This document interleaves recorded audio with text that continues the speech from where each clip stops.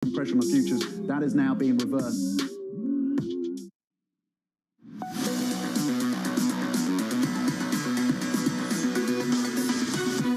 23 seconds away from the opening bell in New York City this morning. Good morning. Let's get you to the weekend. Equity futures going into the cash open, up by about 9 points on the S&P, advancing 0.2% and heading towards the biggest weekly gain on the S&P 500 going back to April. That's the equity board. Get to the bond market. Your 10-year shaping up as follows. Your yield, it is a snooze. There is tumbleweed rolling through the bond market. We talked about that all morning. Yields come in about a basis point on the 10-year to 148.33 after a little soft downside surprise on the bond market, for the bond market, from the economic data a little bit later. In the FX market, euro-dollar, euro stronger by 1/3%, 119.66 on the euro. And in crude, we advance about 1/3% to 73.57 on WTI.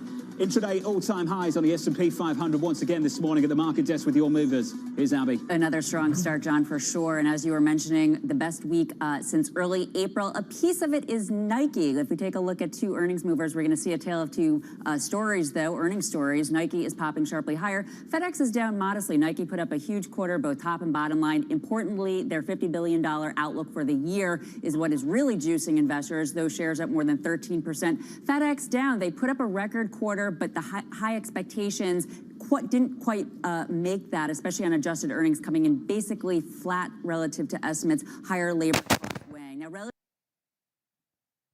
okay, day traders, we will have to move further. Our stop on profit even to better position, and I'm going to place stop on profit to 110.595. Okay, great trade. All of you guys who managed to follow my trade and sell short just about right here. See, we're already in profit. If you want to get the strategy, you nothing missed, because we doing these trades every hour. So if you miss this trade, you will get another trade. So you don't have to worry if you think that, oh, I didn't invest in this one, so probably next time it will be nobody knows when. We trade every half an hour such trades. So we show you just one screen. We have several screens. We trade all major Forex pairs, stocks, indices. So all you need to do, you need to get the strategy. If you want to trade on your own, then practice for a couple of weeks, for maybe for a week. If you will figure out, if you will discover that it will be easy for you, because it's not complicated strategy, and then you can start trade your own money by using our strategy. Otherwise, you can copy trades. You can just see it. You can follow our trades from morning to night, and you can make money as well. Okay, I'll speak to you later. Great trade, and we're already £1,500 in profit, and I'll speak to you later. Stay safe, guys. Let's talk about the global backdrop and what it means for this market. And Taylor, thank you so much. Let's bring in Mohammed Al-Arian back with us for some final thoughts. Mohammed, we've talked so much about the economic backdrop and not enough about markets. You've offered us a bit of a framework, and I think it's fair to say I'd characterize it as follows, and push back if you want to. I'd say you're saying the balance of risk is more balanced, away from this idea of just transient. Your view on markets then, off the back of that, what does it mean? So it means in the short term, John, you should not, and I repeat, not fade this rally, for a simple reason that I'm not convincing the central banks. And therefore, investors are going to look at three things, and all of them point to the same direction of travel, which is more record level. They're going to look at ample and predictable central bank liquidity. They're going to look at the fact that shorts have been destroyed, including by the so-called retail army. So the appetite to go short this market is very low. And they're going to look at this tremendous amount of cash on the sideline. So investors are right to ride this liquidity wave. And I completely understand. That is the right thing to do. And it has been the right thing to do for now. You offered 3 points, though. You said growth strong. You said inflation transitory. You said central banks friendly. Wasn't your view. You said that's the base case for a lot of people. And when I asked you whether it was your base case, you said no, and you picked out inflation. And you said the risks around that, effectively communicated, were more balanced than some people might suggest. What does point 2 mean for point 3? Mohammed, can you remain friendly if the story around inflation becomes a bit more uncertain further down the road? The current central bankers are going to remain friendly for a while. They have they've bet everything on transient inflation, and they're not going to let go. So even if you disagree with them, which I do, you have to respect who is the price maker here. And the price makers are the central banks. So it really does matter what they think. And therefore, you've got to respect this ample and predictable. John, these are very strong words, ample and predictable. And they're coming from the people who have a printing press in the basement. So I completely understand this rally, and I think it continues for now. But we have interesting issues ahead of us when central banks finally realize, which I think they will, that inflation is going to be persistent and not just transient. Mohammed, when you look at the market right now, equities all-time highs on the screen. Credit spreads high yield, the tightest we've seen since 2007. I often return to this question. This early in the recovery, to see these kind of dynamics playing out, is that original or not? So it is because of liquidity. You shouldn't be seeing them play out so early, but everything has been accelerated and taken to a higher degree by this incredible liquidity. This is a liquidity paradigm like we've never seen before, John. We've got to recognize this. That's the reality. It is a massive liquidity paradigm. The markets have been right to embrace it, but at some point, that is going to be questioned by the inflation call. And that's what we have to focus on. But it's not a day one issue. This is down the road, John. I remember a long time ago you wrote a piece about the exit. I think you used a fairground, a ride at some theme park as an example, that when the weather's bad, no one wants to line up for it. And when it's good, this big line starts to form. And Mohammed, and when you start to run to the exit, things get difficult. Can you just reflect on that? Do you remember writing that piece? And I wonder how applicable that's going to be in the year to come. So if there is either either a central bank policy mistake or a market accident that shakes liquidity, we've got to take two things into account. One is everybody is on one side of this trade. As I told you, very few people are willing to short this market. The second thing you've got to take into account is structural. And it's a little bit less accessible, but think of what has happened to the system. In the middle of the system are the broker-dealers. They've been shrunk. They've been shrunk by regulation. They've been shrunk by risk appetite. Around it are the end users, the investors, the final investors. They've grown tremendously. When they look to reposition, the center cannot absorb it. The center doesn't have the risk budgets to absorb it. And therefore, you start having gapping. And that's why the market functioning element is also important. So if I am right, down the road, we may see some pretty unpleasant price behavior. But it is down the road. I've got to stress this. It is not tomorrow.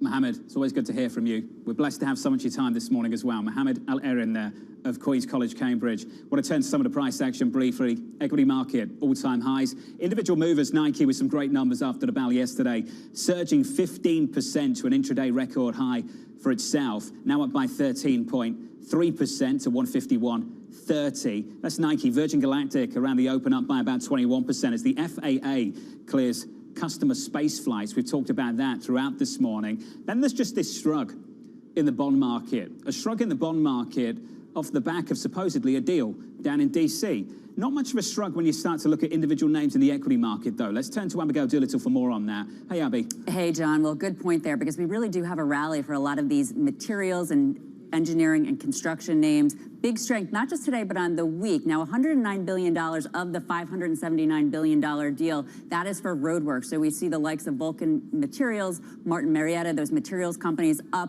We also see United Rentals higher. On the week, let's take a look at the gains because it's a big, big deal. Fluor and some of these other engineering construction firms are sharply higher. Fluor right now up 10.5% on the week, headed to its best week since early March. This company, I believe about 30% of their revenue is infrastructure, 20% government, so really a pure play, if you could say, on this sort of a deal. The fact that it's higher into the deal and there was not a sell-off on the news suggests that folks, traders, think that it is likely to head to the House, which in turn suggests that that reconciliation process might happen. And in fact, it's not just this week, John, because if we go into the Bloomberg terminal and take a look at a great chart, and this is the PAVE ETF, you see big, big gains up until just recently, off those highs a little bit, but 36 weeks of inflows into the PAVE ETF up until just the last 2 weeks. So a little bit of, I wouldn't call it sell the news there, but a little bit of priced in to some degree. But either way, investors like this deal, and it seems as though perhaps it is going to happen. Abby, thank you. Another great guest lined up for you right here this morning. Through the opening bell, about 10 minutes in, with equities at all-time highs, we can turn to Zach Pandal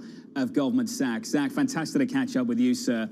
You wrote recently that this market, on the FX side at least, I think, should become a little bit more sensitive because of what's taken place in the past week. Can you just walk me through that, and then we'll turn to the bond market briefly too? Yeah, that's right, John. Thanks for having me on. You know, when inflation picks up, you have an ambiguous effect on currencies. Holding everything else equal, more inflation in one economy is bad for a currency. So the inflation that we're seeing in the U.S. This year was sort of dollar negative to a degree. But if the central bank is going to respond to that higher inflation through higher real interest rates, then you can start to see a more positive correlation from the dollar to inflation news and more dollar strength if we continue to see strong inflation data. So I think that's really the key thing that we learned last week, is that the Fed has some limits in its tolerance to see high inflation. And if we continue to get upside surprises, we may see more upgrades to the Fed's interest rate projections and more dollar strength over the short term, at least, on the back of that. Do you need the bond market to come with you for that to materialize, Zach? And what part of the bond market too? Because we've seen some big moves through the belly, and we finally start to get a heartbeat at the front end of the curve as well. We've seen a shift higher there at the front end on a 2-year yield. Where in the bond market specifically might you need yields to participate in what you're calling for? It really is all about the front end of the curve to drive currency markets. You need 2-year yields, maybe to extend 5-year yields moving higher to be pushing the dollar up. But what's interesting is the bond market is telling us that there are some limits, at least over the short term, for how much Fed pricing can continue to move higher. We saw this extreme flattening in the yield curve last week around the FOMC meeting, telling us that it may be difficult to price in, 2, 3, 4 more rate hikes without pricing in a lot more at the back end of the yield curve. So the signal from the bond market, I think, is telling us that it may be a bit early. It may be a bit early to start pricing in a fairly rapid pace of Fed rate hikes. The U.S. economy, and to an even greater extent, the global economy, maybe not quite ready to discount a lot more from the Fed. And we think that Fed pricing could push a little bit higher, especially if we get strong payrolls next week, strong CPI data later in the month. But there are some limits to that, and the flattening of the yield curve that we saw reflects that. Zach, I noticed 2 things for you and the team. One thing you did do and one thing you did not do. You adjusted some of the forecasts for G10. You didn't do the same thing with EM, at least as far as I could see. Could you walk me through that, Zach, as to why? That's right. So G10 currencies tend to be much more sensitive to the front end of the U.S. curve, relative monetary policy between the U.S. and other markets. If we have a little bit more hawkish Fed, even if it isn't a complete change to where the Fed is heading over the number of years, it'll be a drag on G10 currencies versus the dollar. EM currencies are going to be more sensitive to the broad global growth environment, to commodity prices, to investor risk appetite, and the like.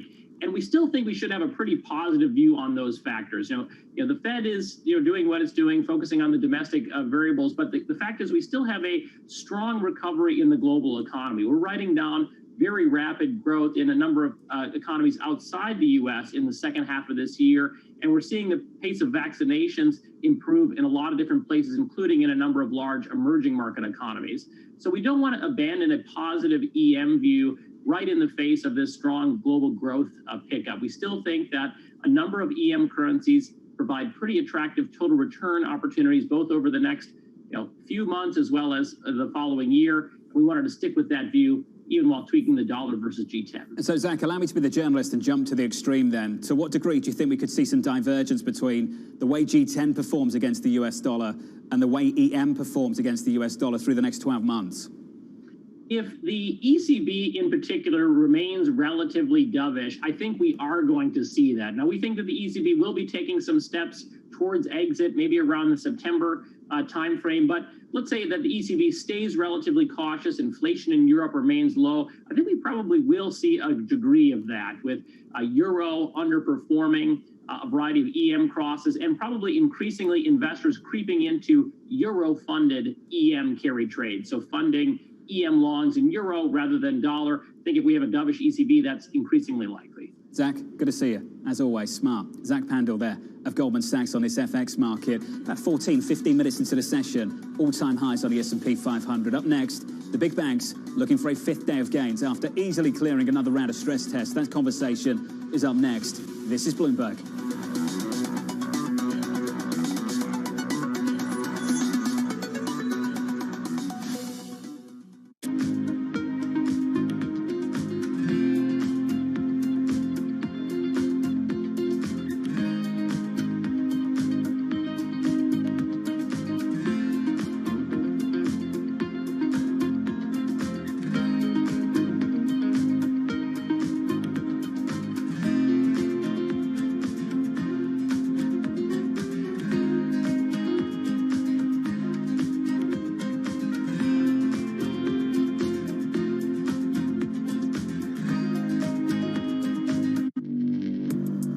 Access the financial world on demand. Hear from leading economists, policymakers, and industry experts via live and on-demand webinars, only from Bloomberg. Start exploring to see what's moving the markets. Visit Bloomberg.com/webinars. Freedom delayed. 4 more weeks. That's the delay expected to be added to the lifting of all lockdown restrictions in the UK. It had been due to happen on June 21st, but UK Prime Minister Boris Johnson to address the nation later today and to push that date into July.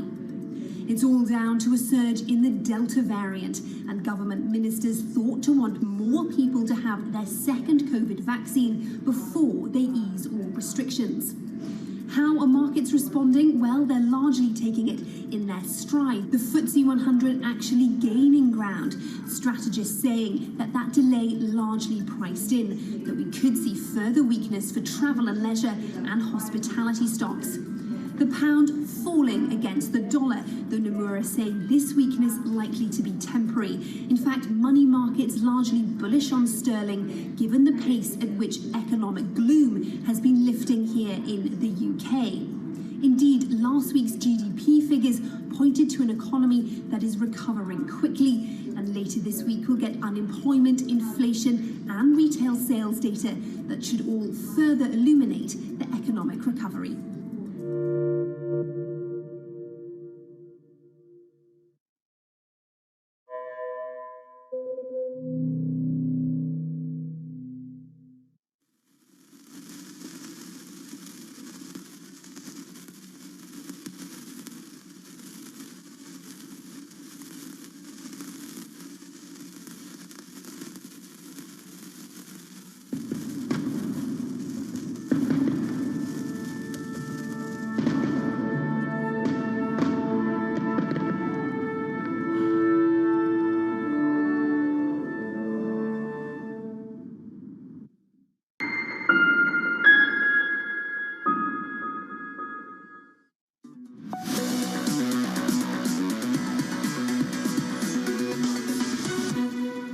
I do think that Savita's right.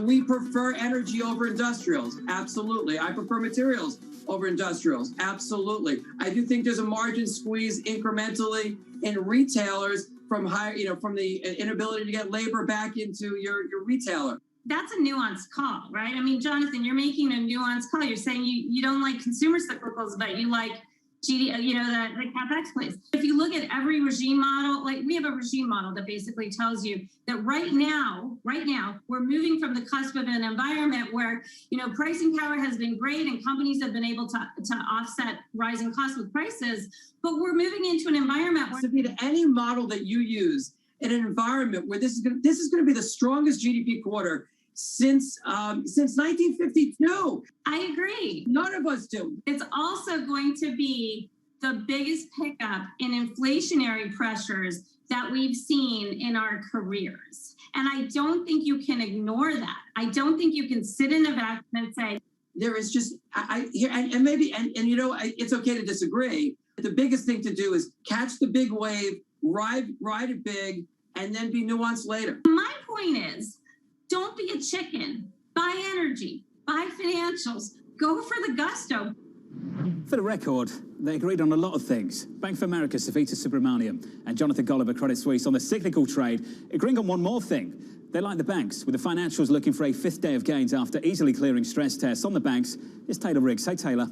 Yes, John, like you said, a big boost for banks after coming off and clearing some of those stress tests that we got yesterday after the bell. And then, of course, the next key item will be Monday after the bell when we get just the dollar amount. You've been mentioning Goldman Sachs about $140 billion, right, of what could be a lot of dividends and buybacks coming down the way. So after a pretty rough June, you're down about 4.25%. You're finally getting the lift up here. You're up still about 24% on the year. You can see some capital buffers. Look, John, I mean, the aggregate common equity tier 1 capital ratio fell to a minimum of 10.6%. That's still more than double the 4.5% minimum that the Fed demands. But Goldman Sachs, among the usual, of course, near the closest to that edge at 8.8%. Wells Fargo as well joining at that level. We showed that terminal chart. I'd love to go back to it if possible, talking about where we are in terms of that dividend yield advantage that's been eroding relative to the S&P 500. Some of that, of course, has been the big outperformance for the financials this year. And then again, maybe some more relief as maybe we get some idea of what that dividend looks like come Monday afternoon. Taylor Riggs, thank you very much. Let's turn to this market. All-time highs with a sector price action. Here's Dave Wilson. Thanks, John. You've got 9 of the 11 main industry groups in the S&P 500 moving higher. Consumer discretionary notable at the forefront of the gains in light of the results out of Nike late yesterday. I mean, you're seeing advances in Under Armour and in other apparel makers as well, specifically VF and PVH. And then beyond that, the financial stocks, a lot of anticipation of what comes after the close on Monday, with the major banks having passed the stress test, being in a position to increase dividends and buy back shares. So really, it's the financial and consumer discretionary leading the way in today's trading, and specifically looking at the banks. Now, this is a group, if you kind of go down a level from here, it's been the second best performer of the year behind energy. And it's pulled back a bit in the past few weeks, but the idea that you're going to be getting higher payouts and soon, given the results of the stress test, may give investors a reason to push the shares up, certainly helping them along in today's trading. Dave, looking at the equity market right now, the S&P up 0.2% to 42.75. You know the debate. I know the debate. Everyone knows the debate, and it hasn't changed. It's value or growth, growth or value. Pick the banks, pick big tech. That hasn't changed. Your research this week, Dave, where's it taken you? Well, I mean, the real question at this point is, to what extent value and growth are moving together. I had a chart out the other day. As you can see, we closed position. All of you guys who follow this trade, you made a profit. You made a decent profit.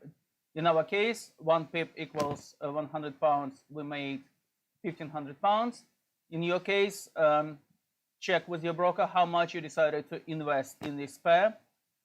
If you want to get the strategy, you know where to go, companyeye.co.uk.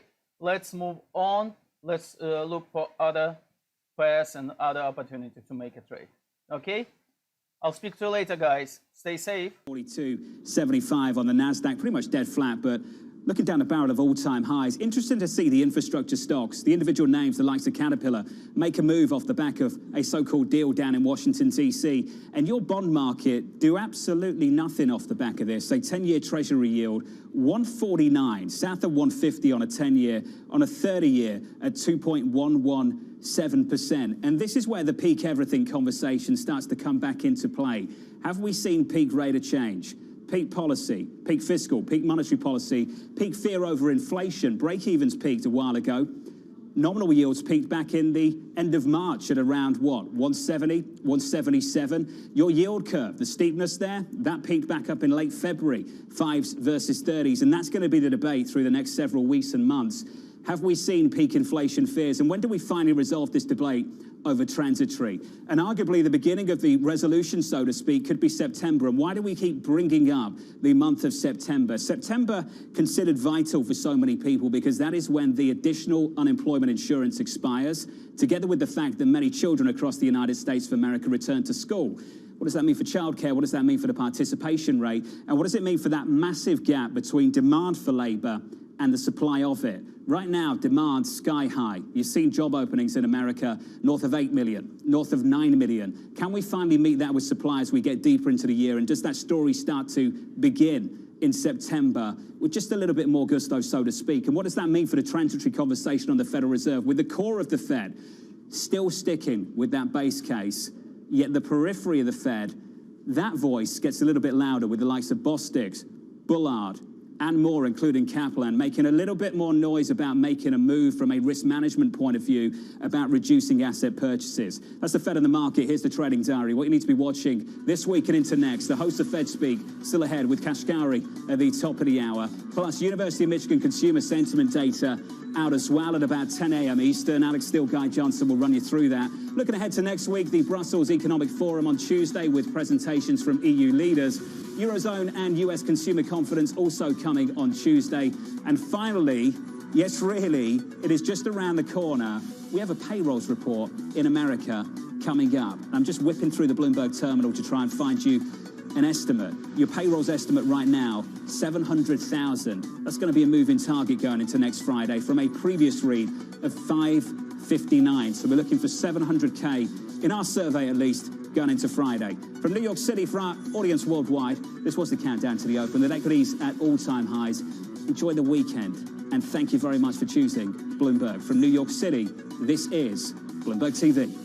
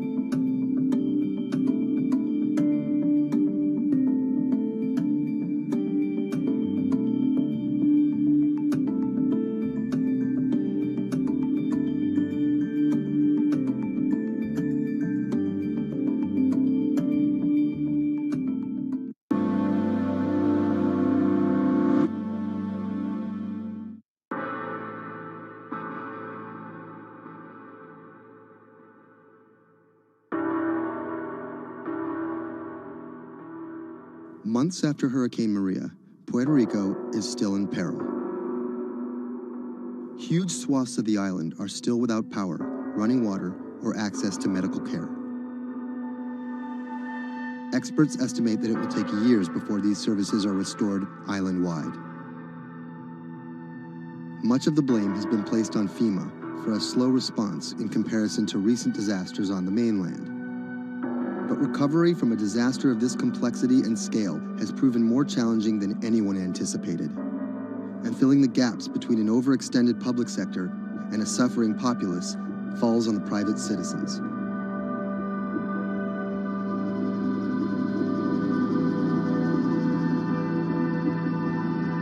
Robert Anderson is a Puerto Rico resident of 4 years. The eye of the storm came in south of El Yunque, swept up toward San Juan, and out to Arecibo. Everything on the right-hand side is what we call the dirty side of the storm. This isn't his first time in a disaster zone. With a military and telecom background, Anderson worked on repairing damaged cell phone towers in New Orleans after Hurricane Katrina.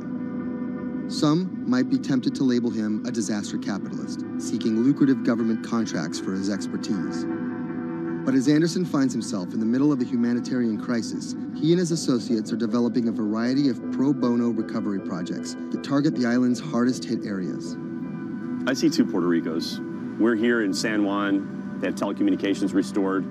They may or may not have power, but basic services are in place. They're able to get food. They're able to buy things. They're surviving.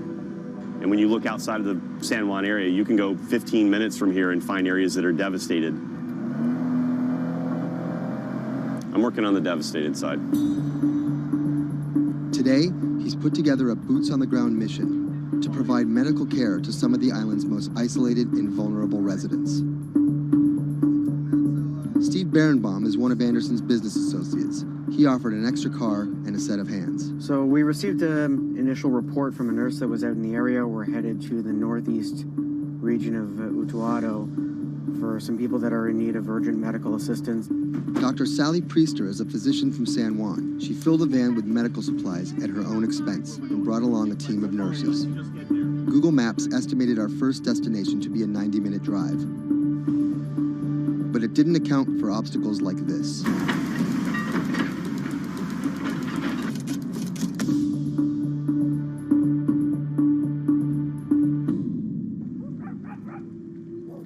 Our first stop was the home of an 82-year-old blind Vietnam veteran.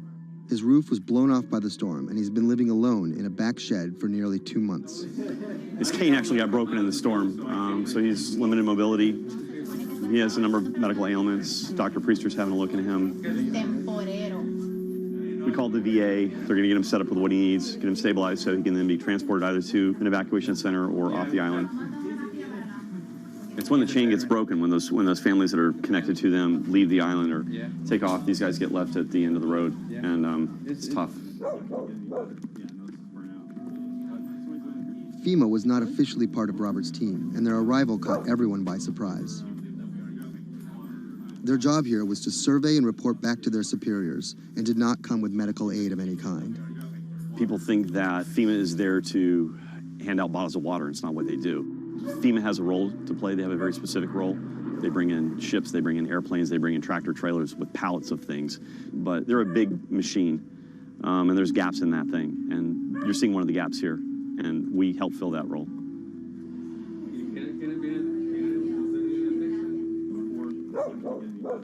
These guys are in a bad situation before, and now they're struggling for real basic things. One of the risks that you run is people going from fear to hopelessness.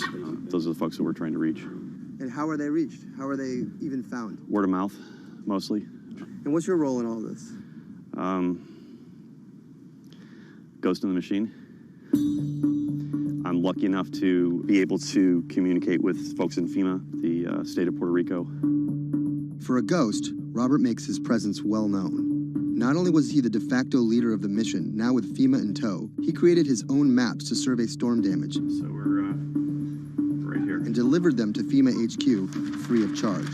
I have pretty good reach. Perhaps that's how he managed to earn himself a coveted FEMA badge without actually working for them. And it's these relationships that allow him to operate more efficiently than an NGO or a government agency. We're able to resolve problems at a different level. Our next stop was on a mountaintop, a family of 11 struggling to care for their special needs brother in what was left of their house. Probably we are the first health team to come and visit this family. Muy bien, todo muy bien. The patient has Down syndrome. He is all day in bed. The difficulty with this is the patient cannot be alone. The most important thing is that you need to take care of the chronic disease besides disability, because they have been not going to a doctor, and no doctor has come in here yet. So we need a refill of this medication. After maybe 54 days, it's not getting better. And the only way that you can be able to see that is coming to the ground, drive, and see the people and talk to the people. You can see San Juan from here, but you can't get there. It's like the Emerald City.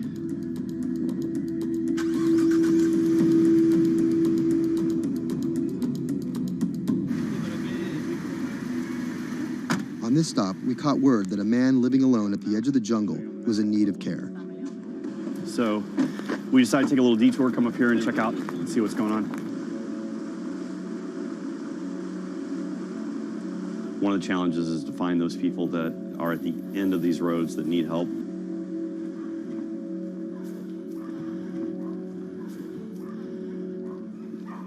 ¿Pero por qué estás solo? ¿Por qué estás por acá tan solo?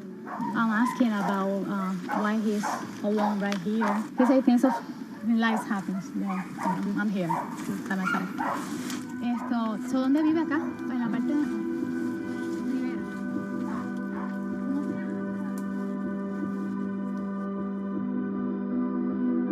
This is not a job. To do this, you need to have passion for what you can do. You're not going to get paid. It's said in disaster response and emergency response that the real first responders are your neighbors. You don't need to wait for a lucrative FEMA contract to go out and do good and to help the community. In the end, do you feel like you're making a difference? Lives you touch and people that you can affect. I don't really think about it in those terms. But why do you do it? It helps me sleep at night. I think it's as much for the people that are going out to help and do things as it is for the people that you affect. Whether out of altruism, or the lure of a paid gig, or some mixture of the two, Anderson hopes to stay here to help shape Puerto Rico's future. Puerto Rico's essentially been a colony for 400 years. It was treated poorly by the Spanish. It was not treated well by the United States when they first got here. Puerto Rico can continue in the way that it's always been, or Puerto Rico can rebuild itself like nothing that's ever been. And we have to do everything we can to make that real. That's the bottom line.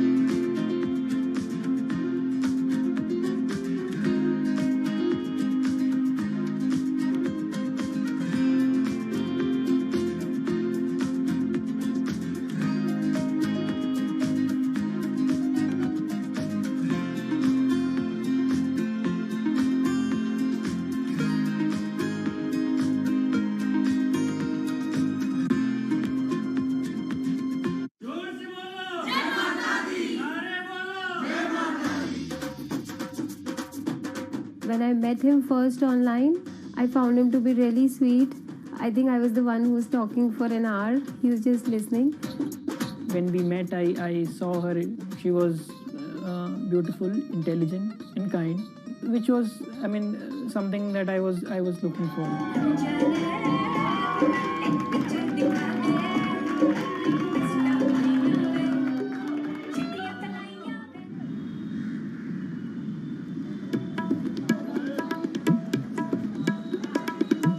Anshu and Sumit are one of about 12 million couples that get married in India every year. Unlike their parents' generation, they're not from two close villages, but from two cities on opposite sides of the country. And their love didn't start through community matchmaking, marriage brokers, or classified ads in newspapers, but began online. So we met through jeevansathi.com. So it's basically an online portal where we have detailed profile of different grooms and brides. It makes a lot of remote profiles who are located in distant areas more accessible. Thanks to growing internet and smartphone usage, matrimony websites and apps in India are starting to disrupt the matchmaking industry. More and more people are finding their partners at the click of a mouse. jeevansathi.com, where Anshu and Sumit met, is one of the biggest players. Young Indians looking for love set up profiles including their caste and horoscope, but their criteria for choosing spouses appears to be changing. We have seen the shift from, traditional caste community conservative parameters to something like which is more focused on education, employment. Anshu and Sumit's marriage was initiated by their parents, but modern Indian couples like them have more input than previous generations. We looked up to them to agree for the proposal, but it was primarily our decision that we wanted to be with each other. So what's the emoji like you use the most to send to each other? There's a bear which basically we use for indicating a hug. Yeah, that's our language basically. Bear icon for a hug. Time flies when you're in love, and just 1.5 months after they first met online, the couple got engaged. They decided to hold their wedding less than 3 months later. But planning a traditional Hindu wedding on such short notice is no easy task. The massive event usually lasts 3 days, has various ceremonies and celebrations, and involves the entire two families and hundreds of guests. Luckily, there are websites and apps for that. We searched online, we got in touch with Wedding Brigade, and they helped us finalize the venue. And it makes the search faster and efficient. Startups like the Wedding Brigade are challenging traditional wedding planners in this $50 billion industry. It provides various services from booking banquet venues to buying wedding gowns. The website makes money by charging commission from vendors. People don't want to be limited to what is available around them. They want to know the entire range of options available before making a decision. And now it's easy to find almost everything on one portal.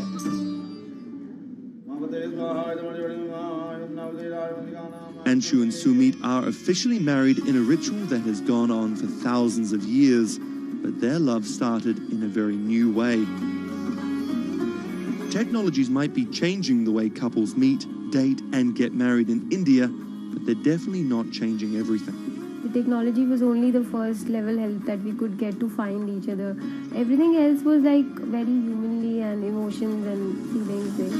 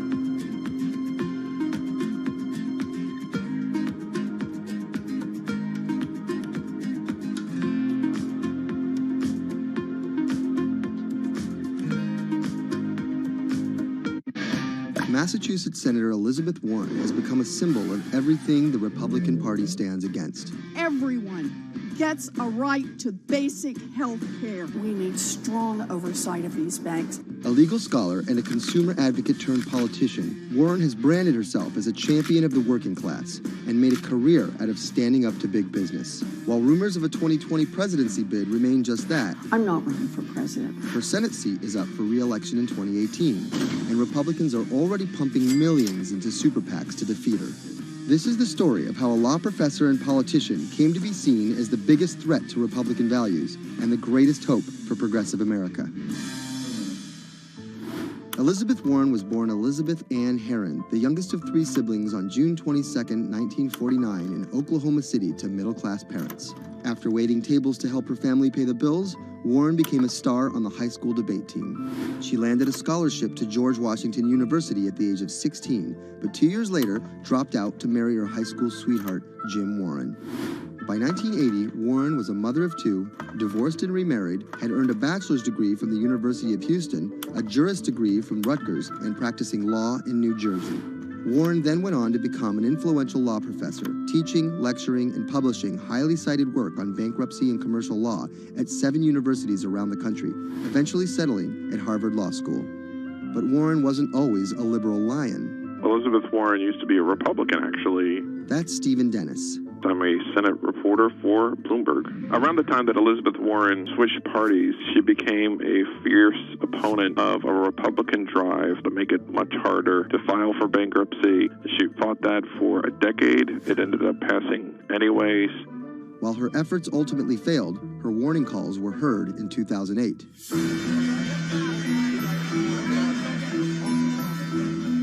We're in the midst of a serious financial crisis. Our entire economy is in danger, and without immediate action by Congress, America could slip into a financial panic, and a distressing scenario would unfold.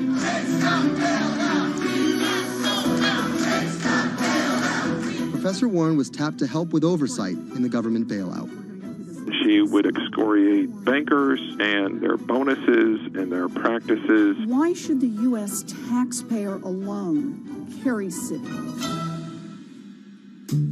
She proposed a series of tough regulations, which became the basis for much of the Dodd-Frank financial law that we have today. That sort of catapulted her to national stardom, particularly among the progressive left.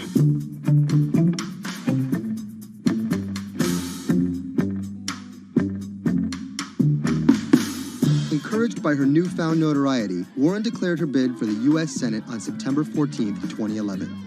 During the race, her opponent Scott Brown tried to derail Warren by accusing her of falsely claiming Native American heritage, a controversy that earned her the nickname Pocahontas. Nevertheless, she was victorious and won the Senate seat by a comfortable margin. She used her new tenure to challenge everyone, from banking regulators and Treasury officials to members of Wall Street and Congress. I'm really concerned that too big to fail has become too big for trial. We need tough new laws to hold corporate executives personally accountable. No one should be above the law. She called for Wells Fargo CEO John Stump to resign for fraud, introduced the Bank on Student Loans Fairness Act, and reintroduced the 21st Century Glass-Steagall Act. In 2016, after staying silent during the Democratic primary battle, Warren finally endorsed Hillary Clinton and had some harsh words for candidate Trump. Donald Trump is a loud, nasty, thin-skinned fraud who has never risked anything for anyone, and that is just one of the many reasons he will never be president of the United States. But she was wrong. The forgotten men and women of our country will be forgotten no longer. Warren wasted no time resisting Trump's agenda. Have you ever managed or overseen a $1 trillion loan program? I have not. How about a $1 billion loan program? I have not. Okay. In the Donald Trump era, Elizabeth Warren has been playing defense and trying to prevent Donald Trump and his cabinet appointees from rolling back protections that she helped enact. Warren actually found herself rebuked by Mitch McConnell for reading a letter by Coretta Scott King about Jeff Sessions' record on racism during his confirmation. She was warned.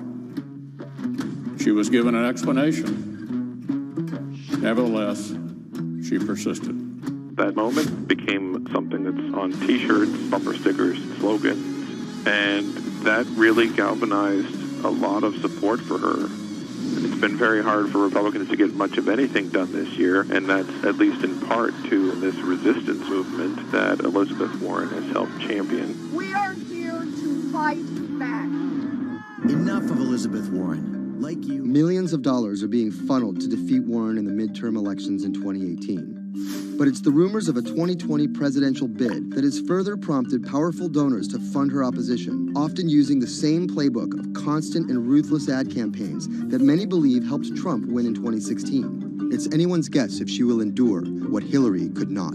You know, the question for Elizabeth Warren is whether she can go from being a liberal firebrand to somebody who can regularly get 60 votes for initiatives in the Senate and 218 in the House and drive an agenda, and whether she can bring together coalitions for political victories. That's the challenge, and we'll see what happens.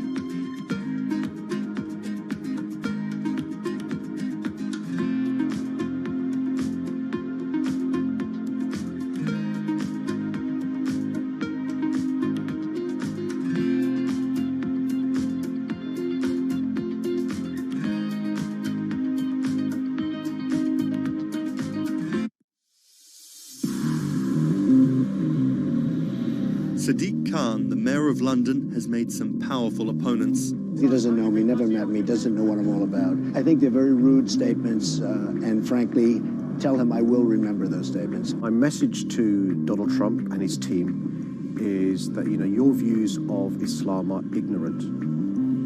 He's the first Muslim mayor of a major Western capital and proud of it. This is how Sadiq Khan went from the son of Pakistani immigrants to a lawyer, lawmaker, and now the mayor of London.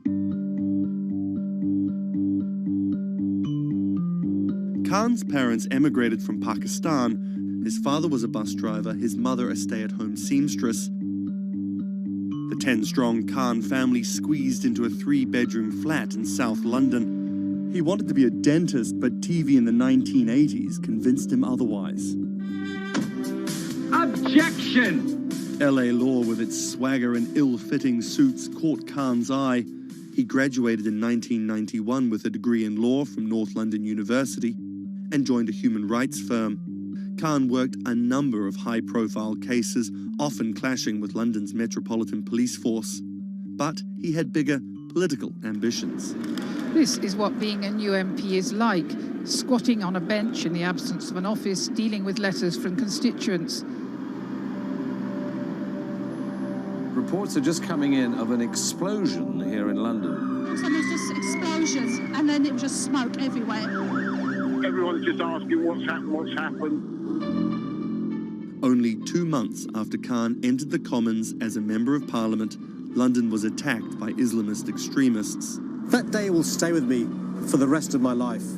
He spoke out against the attacks both as a London MP and as a Muslim. He has been very clear about his opposition to violence, opposition to terrorism, and has set out to make the case for a more open and peaceful Islam. That's Thomas Penny, one of Bloomberg's Westminster correspondents. Here is a man who is a Muslim, and he is standing up and being open and straightforward and being clear that the problem here is not Islam, but it's Islamic extremism. In 2015, a decade after the attacks, Khan ran for mayor of London, and his faith was back in the headlines. His opponent, Zach Goldsmith, trying to link Khan to radical Islam. The debate got again personal and nasty. The Goldsmith camp has called Khan extreme and accused him of associating with, quote, those who seek to do our police and capital harm. It's a pattern of behaviour. Even the former Prime Minister David Cameron repeated the allegations. He shared a platform with Sajil Shahid, the man who trained the ringleader of the 7/7 attacks and accused the United States of bringing 9/11 on themselves. But the smears didn't stick. Zach Goldsmith ran a very negative campaign that was based on what people knew was a lie. This election was not without controversy.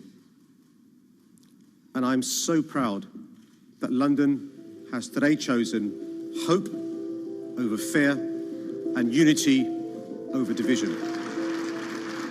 After taking the mayor's office with a comfortable majority, Khan has brought a business-like efficiency to the role, scrapping expensive vanity projects like the Garden Bridge and the new Routemaster buses, which cost £350,000 each.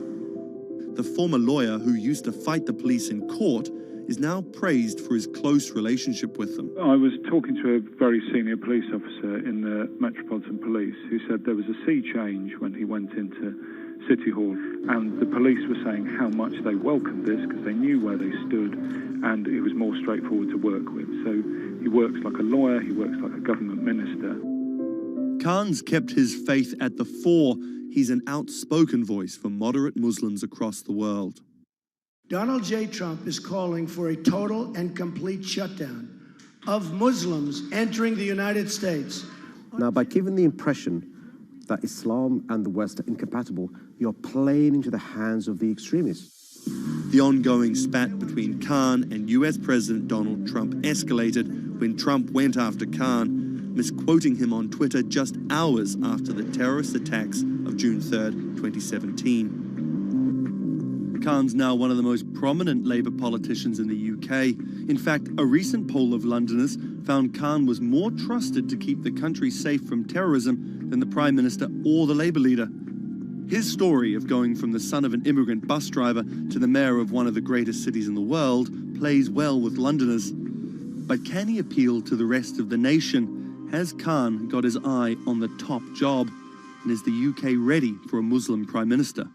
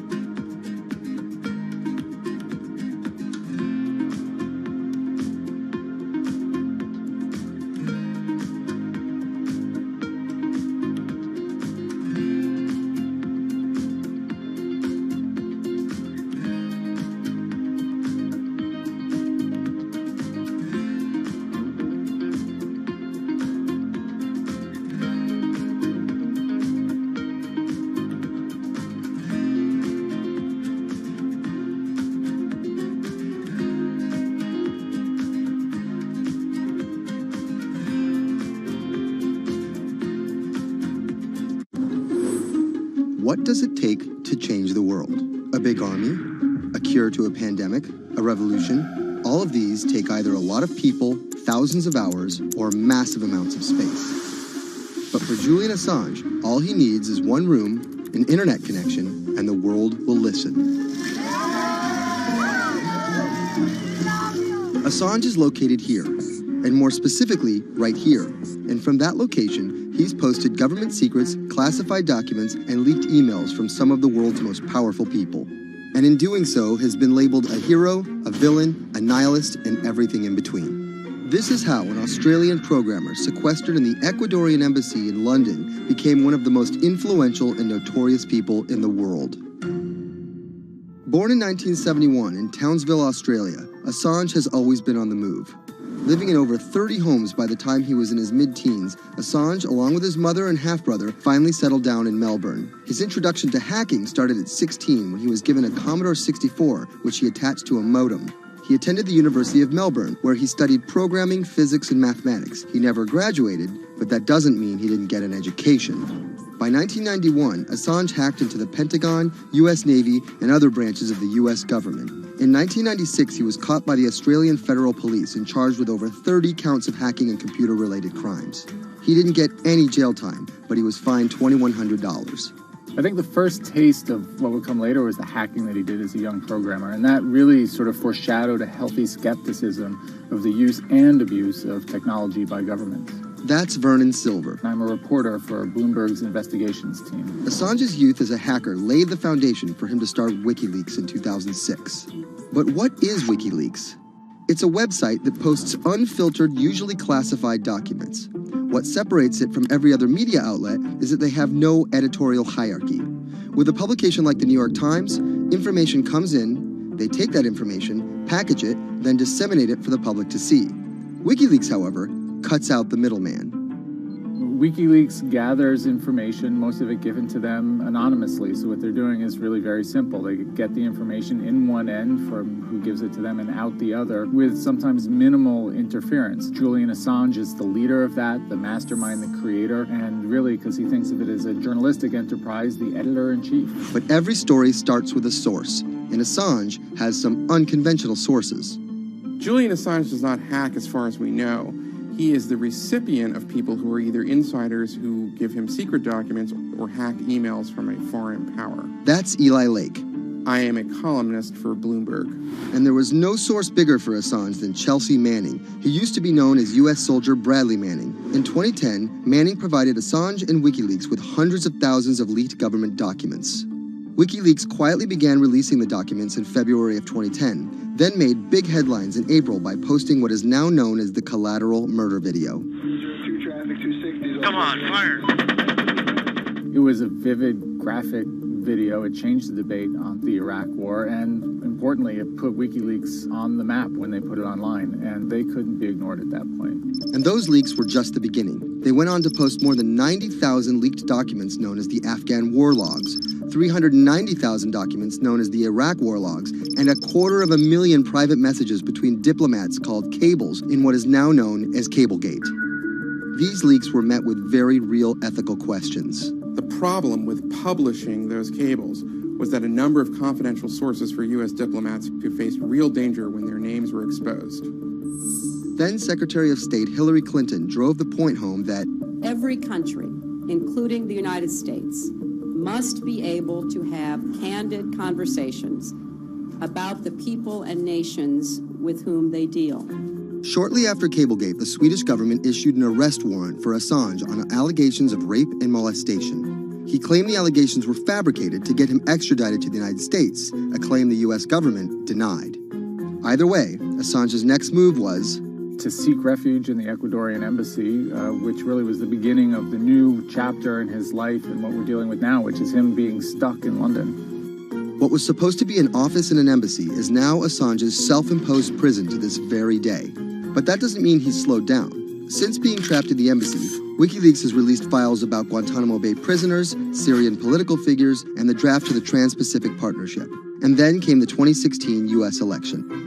Thousands of leaked emails showed Democratic Party officials possibly plotting against Bernie Sanders in his race against Hillary Clinton. Over the course of 68 days, WikiLeaks released 20,000 confidential Democratic National Committee emails.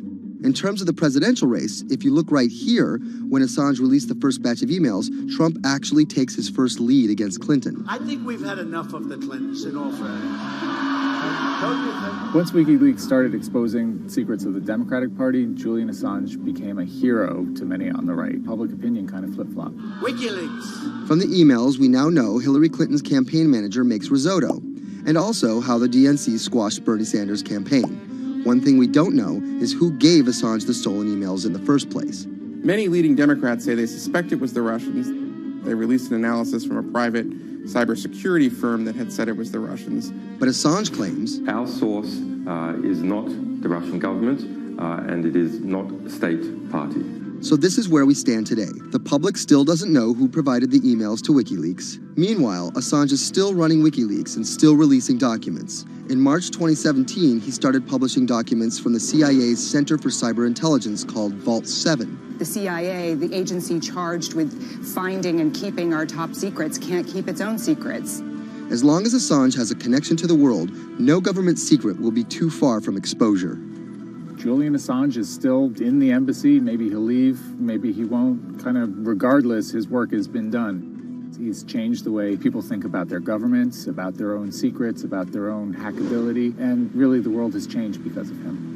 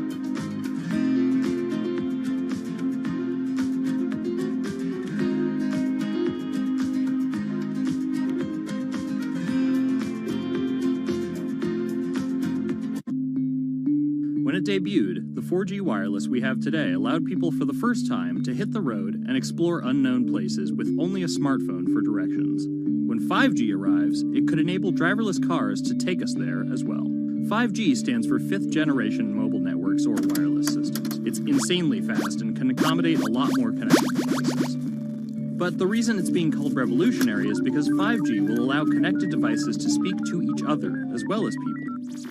Right now we're living in a world where really it's a one-way experience. That's Bloomberg tech reporter Ian King. The network talks to your phone, you look at your phone and access data, then you send something back to the network. What we're being told about 5G is that really for the first time we're going to see machines communicating with each other over mobile networks in a meaningful way. 5G could end up being 100 times faster than what we have now, with speeds that could reach 20 gigabits per second. In plain English, that means downloading a full-length HD movie in seconds. 5G will also increase total bandwidth, which we will need in order to accommodate the growing Internet of Things. We're talking about the class of devices like internet-connected refrigerators, thermostats, dog collars, but 5G will enable many, many more. Things like your utility network, factories, where machines are just sat there not connected at all. Suddenly they're all going to be connected. Suddenly we're going to be able to have real-time monitoring. Other things like cars, like utility poles, like your light, the light poles. But perhaps the biggest advance will be a huge reduction in communication lag time, known as latency. A network of driverless cars will need the speed of 5G to ping each other multiple times per second to avoid collisions. Near instantaneous data transfers could allow doctors to perform surgery remotely with a robotic scalpel. So how will all this work? First, you need to improve network density. And that's just a fancy word for saying you put more towers out there. What we're being told is that's not actually the case with 5G. The idea is 5G will not only use the existing mobile spectrum, but also tap into higher frequencies called millimeter waves. Millimeter waves can carry more data, but only travel short distances. This may mean you'll see a lot more of these base stations around town. And the new towers may have as many as 100 antenna ports, compared to about a dozen on 4G cell towers.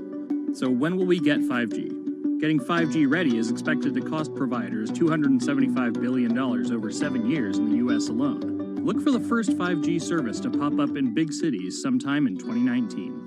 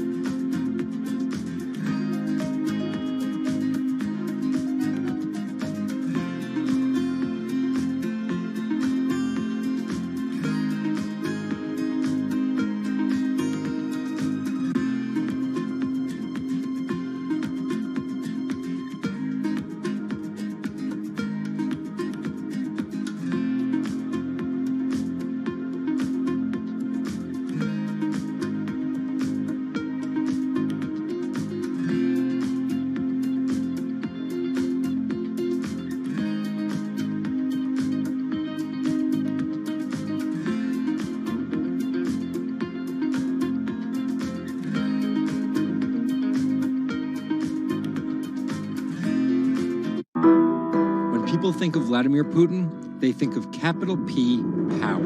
And that's exactly the impression he creates. Whether it's physical power, firing different weapons, riding in various James Bond-esque modes of transportation, or tossing hapless opponents in judo. Or political power, ruling his own country with an iron fist, crushing his political opposition, or, most recently, being accused of meddling in foreign elections for his own benefit. This is how Vladimir Putin went from a poor, tough kid in Leningrad to a KGB spy to the very symbol of modern Russia. Vladimir Vladimirovich Putin was born in 1952 in Leningrad, which is now St. Petersburg. His father was a factory foreman and his mother a homemaker. It is widely said that Putin's public-facing tough guy persona can be traced back to him getting into fights when he was younger, which paved the way for him to take up judo. After getting a law degree from Leningrad State University, Putin joined the KGB Foreign Intelligence Service. He spent 16 years in the KGB. When Putin returned to Russia, he began his political career. He went to work for Anatoly Sobchak, who was then the mayor of St. Petersburg. That's Leonid Bershidsky. I'm a columnist at Bloomberg View. Putin thrived in Sobchak's administration because he was sort of considered pretty efficient city official at that time. He was very loyal to Sobchak. So loyal and efficient that he was noticed by Yeltsin's close circle. And those people soon brought Putin over to Moscow to work in Yeltsin's administration, where he quickly climbed the political ladder. Then, of course, he was promoted to Prime Minister of Russia. That's Dmitry Trenin. I am currently director of the Carnegie Moscow Center. Around this time, Yeltsin and the people around him, the so-called family, decided that Putin would become Yeltsin's successor. And then this happened. The apartment bombings were carried out in 3 Russian cities, killing 293 people and injuring more than 1,000. Putin immediately accused Chechen separatists for the bombings and followed it up with action. He was credited with having a very successful military campaign against the terrorists. And it worked. After that, he became an heir apparent in the eyes of the Russian people. 3 months later, Yeltsin resigned. And on his way out, a famous exchange. He was getting into the car in the Kremlin, and the last words that he addressed to Putin before getting into his car was, "Take good care of Russia." So Putin took over as president, and 3 months after that, won his first election. But just because Putin won the presidency, that didn't mean he had all the power. This is Michael McFall. I was U.S. ambassador from 2012 to 2014. In the 1990s, there was a fire sale of all the things worth owning in Russia, and certain people, the oligarchs, did better than others in that fire sale, sometimes called privatization, and those people tended to be well connected with the Yeltsin regime, and they weren't Putin's friends. But they probably miscalculated, thinking that they could easily find a way to influence him. It became impossible almost from the start. From that very moment, there was warfare between him and the oligarchs. That's when Putin gave the oligarchs a choice. Putin's way? Some of those people from the 90s managed to figure out a new way of dealing with Putin and have survived. Or prison. Others could not find common vision, and so they lost their assets. Khodorkovsky once was Russia's richest person, worth $15 billion, but he ran afoul of President Vladimir Putin and spent a decade in prison. With domestic power consolidated, Putin focused on restoring Russia's global influence. Putin is the guy who believes in the expansionist Russian state. Georgia and Ukraine and all the other Soviet republics that split off when the Soviet Union fell apart, he still believes that they're traditional Russian satellites. A lot of his strategy is about keeping them in the orbit. That Yeltsin line, take good care of Russia, that's how he understands it. And he used annexation and invasion, as well as oil, gas, and trade to keep former Soviet republics in Russia's orbit. In 2008, Putin's 2 terms were up, and he decided to step down as president. Dmitry Medvedev stepped in as president, and Putin went back to prime minister. But really, Putin never left power. He pretty much continued running the country, and Medvedev was a bit of a figurehead. There was actually a period of cooperation between Russia and the U.S. that benefited both countries during Medvedev's presidency. Because Medvedev did not have the same negative attitude towards the West as Putin did. But when Putin came back to run for a 3rd term, in the lead up to the 2012 election, it was widely believed that both the presidential and parliamentary elections were rigged, and Russians took to the streets.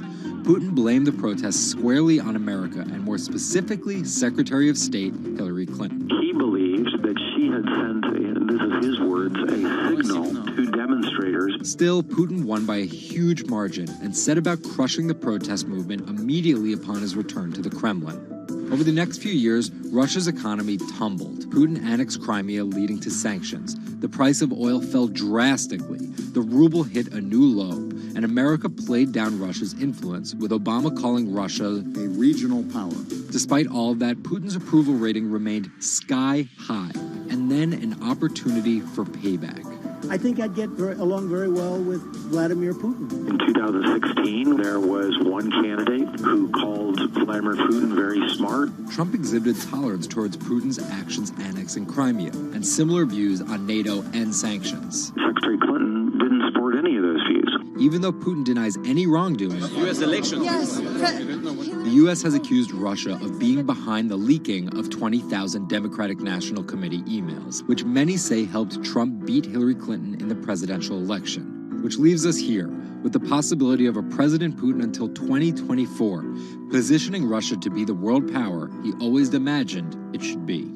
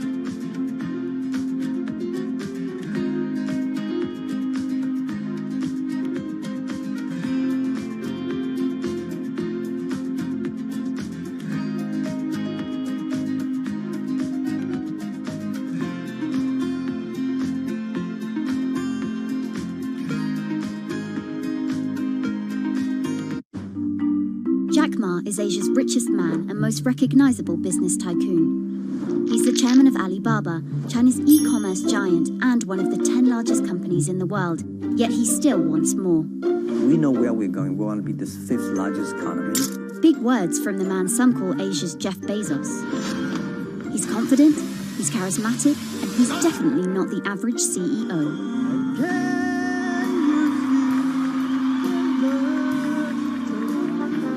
This is how a poor school teacher went from the classroom to being one of the most influential multi-billionaires in the world.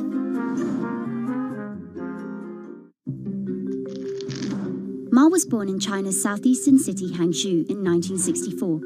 His parents were traditional musician storytellers. As a teenager, he started to learn English from foreign tourists after China opened up in the late 1970s. And then for 9 years, Jack Ma hung around outside the Hangzhou Hotel, which is now called the Shangri-La. He would get up at 5 a.m. to talk to travelers. That's Bloomberg technology reporter Lulu Chen. And I cover China Internet for Bloomberg. Ma failed China's National University entrance exam twice before being admitted to local teachers' college. He graduated in 1988. He applied for 30 jobs and got rejected, including from the fast food giant KFC. When KFC came to China, come to us say, 24 people went for the job. 24 23 people accepted. I was the only guy. Then Ma got a job at a local university and taught English there for about 5 years, earning just $15 a month. On the side, he started a translation company with several friends. During a company trip to the US in 1995, Ma had his first encounter with the internet at a friend's place in Seattle. I searched the first word, beer. I don't know why, because it's easy to spell, baby. And I see beers from Germany, beers from USA, beers from Japan, but there's no beer from China. So he searched for the word China instead and still couldn't find anything. And that got him thinking. He wanted to build something that would put China on the world's map. He started China Pages, a Yellow Pages-like website, but it didn't take off. Then Ma joined a government agency in Beijing to help set up a website. By 1999, the internet stock boom had gripped Wall Street, and back in his Hangzhou apartment, Ma decided to try again. With his wife and a group of friends, Ma raised $80,000 and set up Alibaba, a site that allowed businesses to sell stuff to each other. 人家美国人强就强它的硬件，强就强它的系统建设，这方面确实比你早。但是玩信息玩软的，中国人的脑袋绝不比你们差。我们在座的所有人的脑袋绝不比你们差。By 2000, Alibaba had raised $25 million from investors, including Goldman Sachs and SoftBank. He had no business plan and zero revenue, but his eyes was very strong eyes. In 2003, Alibaba started Taobao, a platform for individual sellers to trade with each other, and publicly declared war against eBay, who had started to make a foray into China. Jack Ma has this famous saying that Alibaba is a crocodile in the Yangtze River, whereas eBay is a shark in the ocean. And if they fight eBay in the ocean, then they'll lose. But if they fight them in the Yangtze River, then they have a home base advantage. In 2007, just 1 year after it forced eBay out of China, Alibaba debuted its business-facing division on the Hong Kong Stock Exchange. But it delisted 5 years later as its performance sagged. But in 2014, Alibaba raised $25 billion in the world's biggest IPO in New York. Everybody should have a dream. What if that dream comes true? After achieving dominance in the business of e-commerce in China, Alibaba has been building an internet empire worth $472 billion, with businesses in cloud computing, online video streaming, movie production, healthcare, sports, retail, and even news media. Alibaba buying into South China Morning Post really raised eyebrows. This is the largest English newspaper in Hong Kong, and it shows that Jack Ma's ambitions weren't limited to e-commerce. He wanted to influence not just Chinese users, but also overseas users as well. The US has criticized Alibaba for allowing companies to sell counterfeit and poorly made goods, but in China, it enjoys the favor of China's government. It's part of Ma's company philosophy. In love with the government, but don't marry with them. Jack Ma is an extremely fortunate man for jumping on the internet sector so early. Note that this is a person who has no coding skills at all. He's a natural showman and a gifted public speaker and really able to convince others to believe in his vision. Ma's vision of growing Alibaba to be the world's 5th largest economy faces strong competition at home and abroad. It will require more than just naked ambition and charisma, but Ma is great at getting himself in the right place at the right time. So far, it served him well.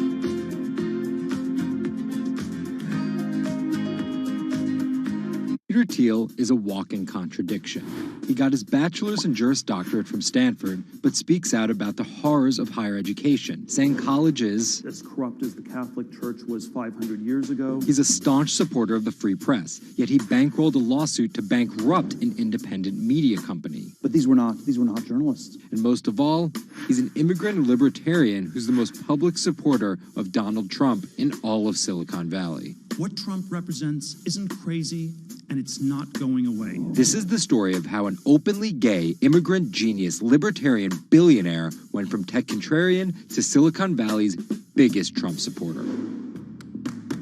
Peter Thiel was born on October 11, 1967 in Frankfurt, West Germany, to Suzanne and Klaus Thiel. Peter's family emigrated to Cleveland, Ohio when he was 1. An Ayn Rand devotee during his youth, Thiel attended Stanford University majoring in philosophy.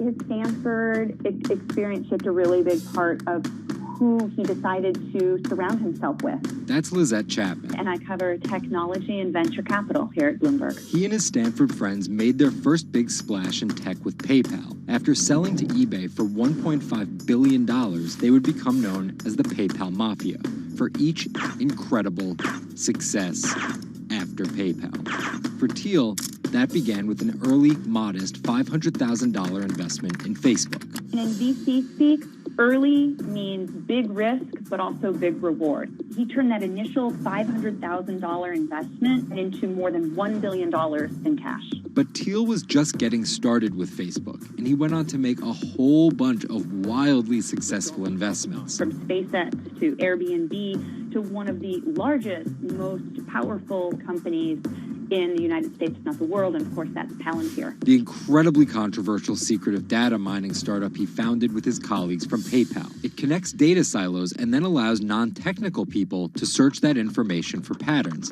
Data like financial information, feeds from video cameras, biometric details, passport information, flight manifest. Palantir doesn't talk much about how they collect this data, who has access to it, or what they do with it.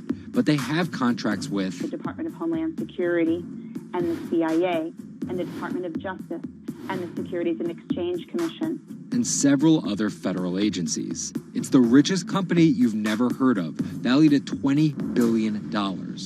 But there are plenty of obscenely wealthy people in Silicon Valley. What makes him different... He's a complex ball of multiple contradictions. Take college, for example. Even though college was extremely important for Thiel, there's something called the Thiel Fellowship. In exchange for dropping out and a promise not to pursue college, Thiel would give them $100,000 each. You basically tell people that if you get a diploma, you're saved. Otherwise you go to hell. You go to Yale or you go to jail. Also, his relationship with the press. Here's another contradiction. He's donated to free press initiatives, including the Committee to Protect Journalists. But he also secretly spent tens of millions of dollars bankrolling a lawsuit filed by Hulk Hogan over the publication of a sex tape and bankrupting the independently run Gawker Media. Why did he do this? Because in 2007, one of Gawker Media's blogs, ValueAg, outed him as gay. And with the lawsuit, he found an opportunity to get back at them by funding the lawsuit that Hulk Hogan was able to bring then, but he wouldn't have been able to do that without Thiel's money. And finally, Thiel's biggest contradiction, his endorsement of Donald Trump. When he was asked about his support for Trump, he was surprised at the outrage that came with it from many of his colleagues in Silicon Valley. He didn't want more of the establishment. No matter how crazy this election seems, it is less crazy than the condition of our country. After briefly supporting Carly Fiorina in the primaries, Thiel pivoted to Trump, donating $1.25 million to Trump and his associated super PACs in October 2016. And he didn't just help Trump financially. He gave a full-throated keynote speech supporting Trump at the Republican National Convention. I'm not a politician, but neither is Donald Trump. He is a builder, and it's time to rebuild America. And when Trump was finally elected, Thiel was given the reins to an enormous amount of power. And I want to thank you, man. You have a very special guy. He was named the transitional advisor. And in that role, he did a lot of interviewing and a lot of vetting to fill hundreds of cabinet positions and different jobs within the administration. But it turns out Thiel's support isn't unconditional. Talking to people who spend time with him, I have also heard that he is no longer a great supporter of Trump. It was reported that Thiel was unhappy with the direction of Trump's presidency. Ever since, he's been mum, making no public appearances, no statements, and staying out of the spotlight altogether. Although there have been suggestions that Trump could tap Thiel for a top intelligence post or ambassadorship, there's no indication he'd accept. He's described his relationship with politics as schizophrenic. He gets really involved, and then he runs away as fast as possible. Whether Thiel takes a new position or simply continues as a board director at Facebook and Palantir, at just 50 years old, he's primed to wield some serious influence in technology and politics for decades to come.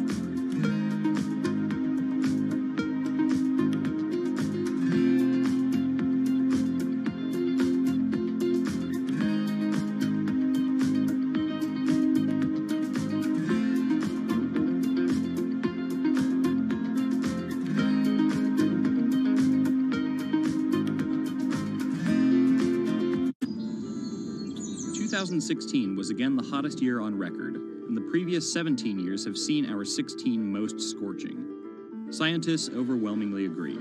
Global warming is the culprit. And it's just getting started.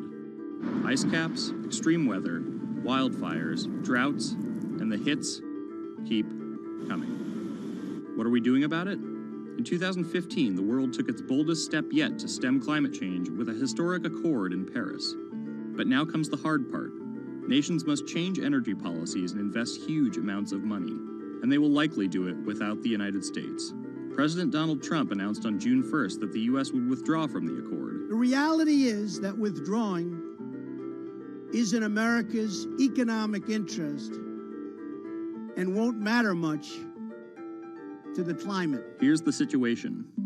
Decades in the making, the Paris Agreement united the U.S., China, and more than 190 other nations in a push to limit fossil fuel pollution. The UN-sponsored plan secured pledges to cut greenhouse gases, the emissions that trap heat in the Earth's atmosphere, in an effort to avoid the rising seas and other environmental disasters that climate models predict. But even if all pledges are met, the globe is expected to warm by as much as 3.4 degrees Celsius this century, more than the UN target of well below 2 degrees. Meeting the Paris Agreement means that governments will have to offer more incentives for clean energy, scale back support for fossil fuels, make emissions more costly, and reduce deforestation. It's estimated that the deal will require $13.5 trillion of spending through 2030. Here's the argument. Unlike past climate pacts such as the Kyoto Protocol, each country set its own Paris targets and then promised to revisit and improve them. The U.S. was primed to play a lead role in climate change, but Trump's energy independence executive order reverses Obama-era rules and directives put in place to combat climate change, and expands production of coal, the dirtiest fossil fuel. The resulting policies threaten the global fight against climate change. Without the U.S. commitment to emissions reduction, other countries may join it in abandoning the Paris Agreement. This could make it almost impossible and even more expensive down the line to stop climate change. Optimists argue that the shift to a lower carbon future is already underway. Businesses, cities, and U.S. states, such as California, are already investing in wind and solar and taking other steps to make it work. I've actually been called an environmentalist, if you can believe that.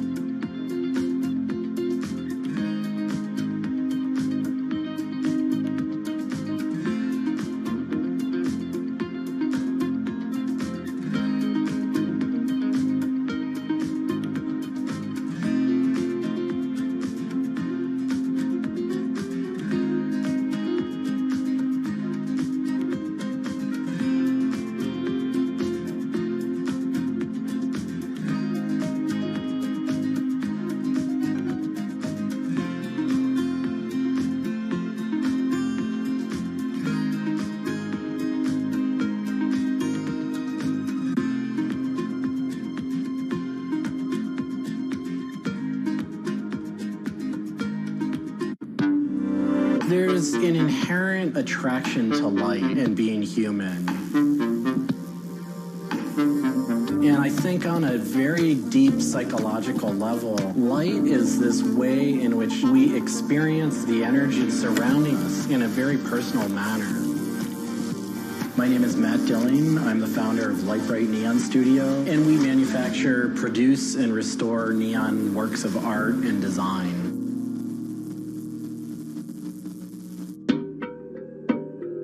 origins of the creative content of a lot of the work at Lightbright comes from a variety of sources. Sometimes people come with a napkin sketch. Some people come with an Adobe Illustrator file. And we have a whole design team who then we kind of work together to help create layouts of what it might look like.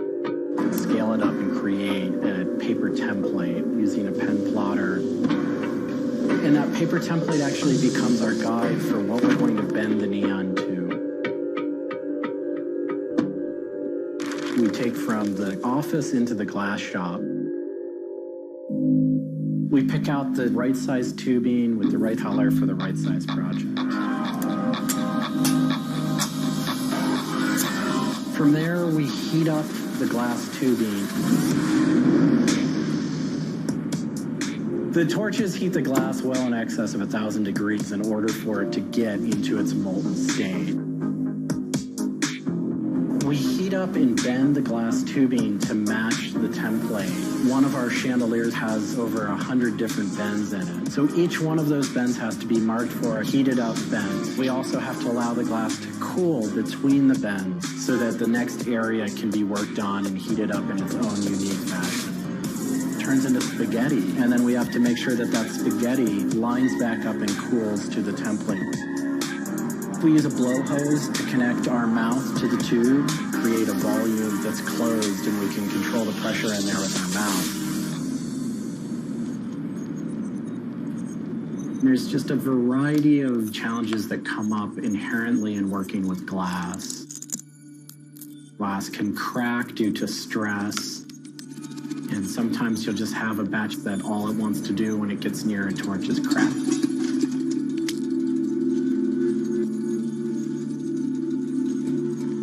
After we've bent various components, we have to go in using the crossfire or the hand torch and actually weld all of those pieces together.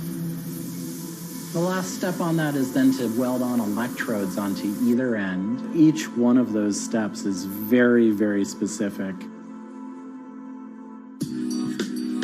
I draw inspiration from so many different experiences. It's hard to come up with one thing that's particular, but one of the ways that I really am able to connect with the creative is to float. Floating is a similar experience to meditation, to psychedelics.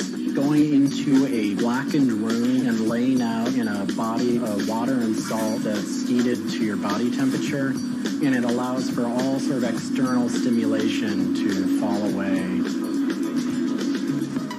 And your internal world really begins to bubble up and manifest. You really get to experience a different relationship to your mind.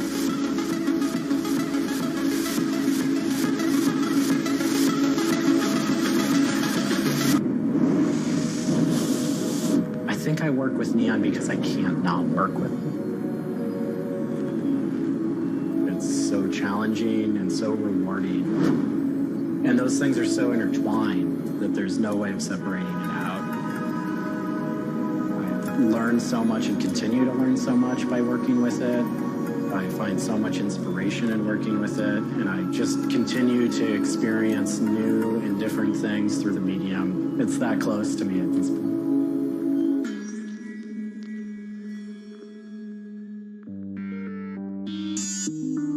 Once the neon tube is completed, we have to hook it up to our manifold for bombarding.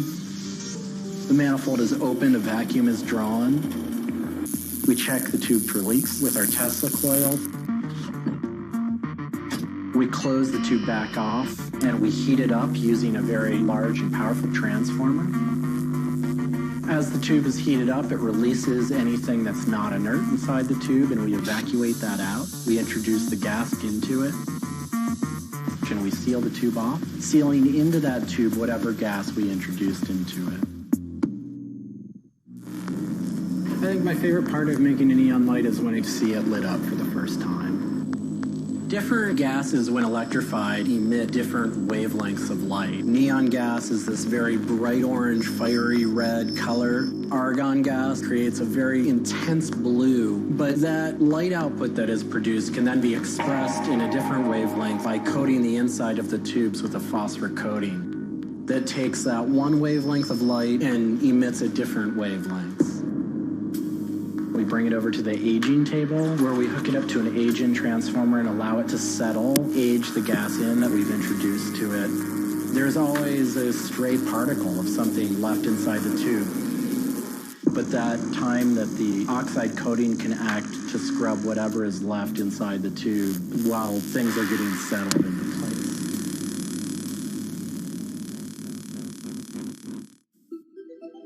Once the tubes are aged in, we move on to our process of assembling two halves of the fixture together in a jig, gluing up the center of the fixture to its spindle. Once the adhesive dried, we would connect the wires from the fixture together into a transformer, and we turn on power and it lights up.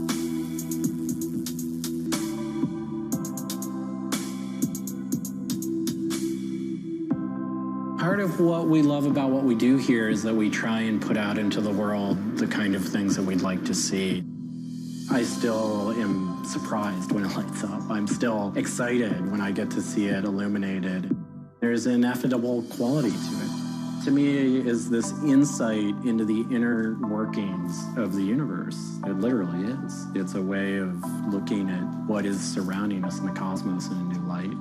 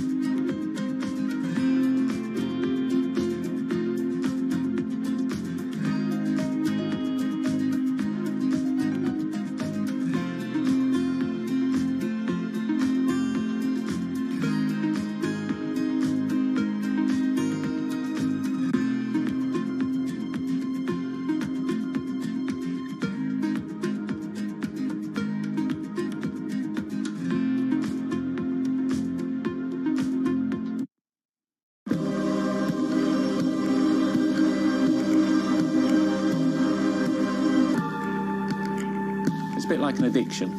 You've got to make something. You have to do something. It's borderline obsession.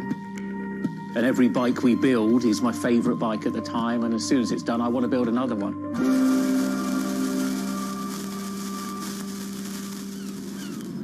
It's Sven cycles is something I've been thinking about ever since I started cycling in my late teens.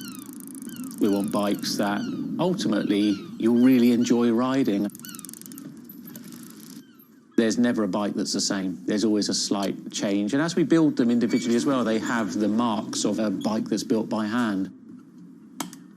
Most people I know cycle have an idea of their dream bicycle.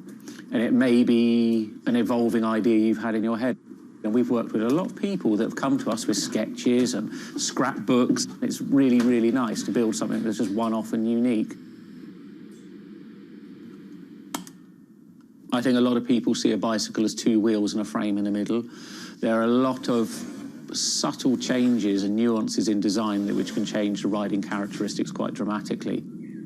I'm a really big fan of modernist architecture, and the simplicity of a modernist building is really hard to achieve. And with some of our bikes, they may look very simple, but I think people should not underestimate the time and effort that goes into designing a product. Tubing is key to a bike's feel and ride. Reynolds tubing has been in my life ever since I can remember. Growing up, I could never afford a frame manufactured with their tubing. We can now put a badge on our bike saying manufactured at Reynolds, which is a sort of thing as a kid I just wouldn't have believed was going to happen.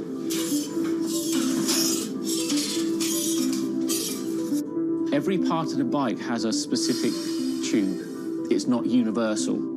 The first thing we do is get the tubes out, check they're correct, check the wall thicknesses, sand the edges, make sure it's all really clean, because if it's not clean, the tubes won't join together correctly. We build in steel because I still believe it's one of the best materials to use.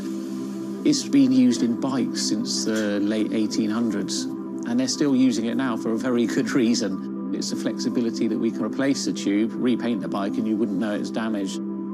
I just like working with it. It's very sculptural. This isn't sort of aerospace precision engineering. It's a steel rule and a marker. So when we're cutting the tubes, it's within a mil or two. But what we're trying to do is take the best from bicycle building in the past and add a little bit of modern flair to it.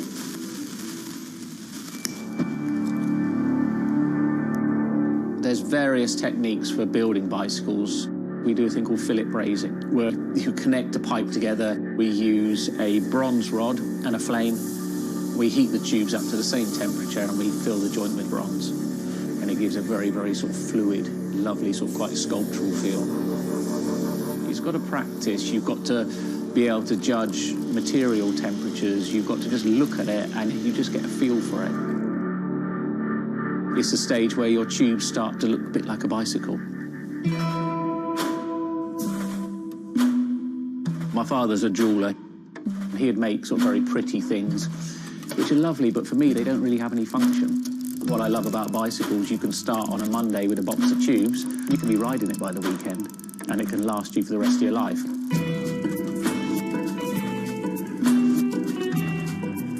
Outside of the frame and forks, the other most important part is the wheels and tyres.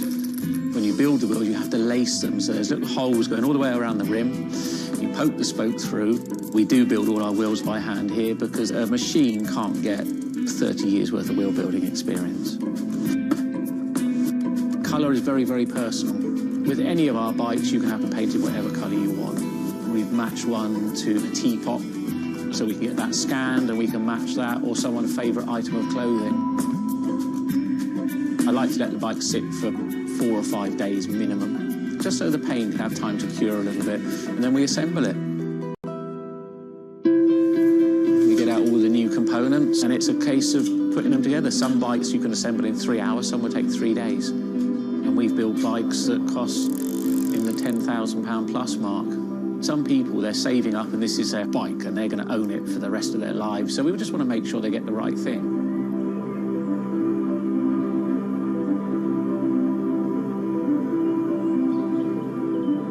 I think the bike for me was the first time I had some freedom. So as soon as I had one, I was off. A lot of people still get that thrill as when they were a kid blasting down a hill, wind going through their hair. It's fun. Everyone has their favourite jacket or something that just makes them feel good. If you've got a bike that fits well, you actually feel part of it.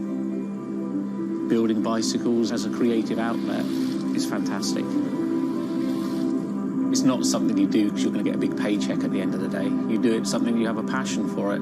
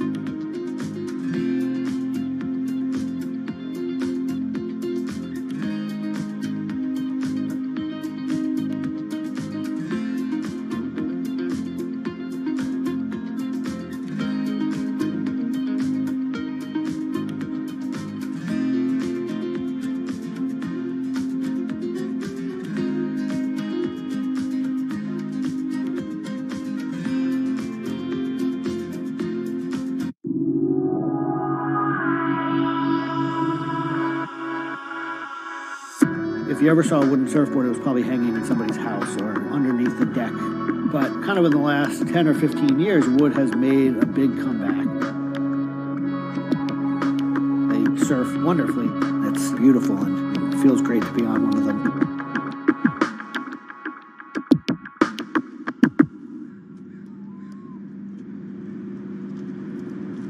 I always had a love for wood and kind of passionate about things that went in the water. I've kind of been around wooden boats most of my life. There's just so much character. The way they're built, the stories that come with them, a lot of that has translated over to why we build surfboards the way we do. When we first started thinking about building surfboards, wood was the natural material we chose. They have a very high strength to weight ratio. Wooden surfboards have the longest history of use in the surf world than any other material. People have been surfing wooden surfboards since kind of the first documented history of people riding waves. The board starts in CAD, where we take a 3D model, break down the shape, and kind of create frames and templates and all the inner parts of the board that we get cut on a CNC machine. We take those frames and we just pop them out, assemble the frame into kind of a skeleton. We go out to our lumber shed, pick a bunch of cedar, and bring them into our mill shop, put glue along the edges, clamp it all together into a panel. Everything's book matched. You have symmetry in the colors and texture of the wood. Cut your outline. take our assembled frame, gently put it down right on top of the plank.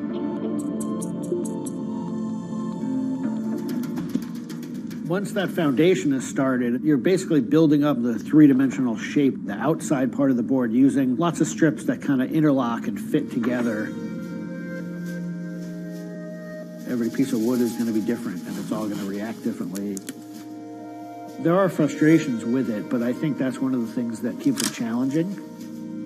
You learn to read the kind of what the grain lines are doing and what the color of the wood is telling you.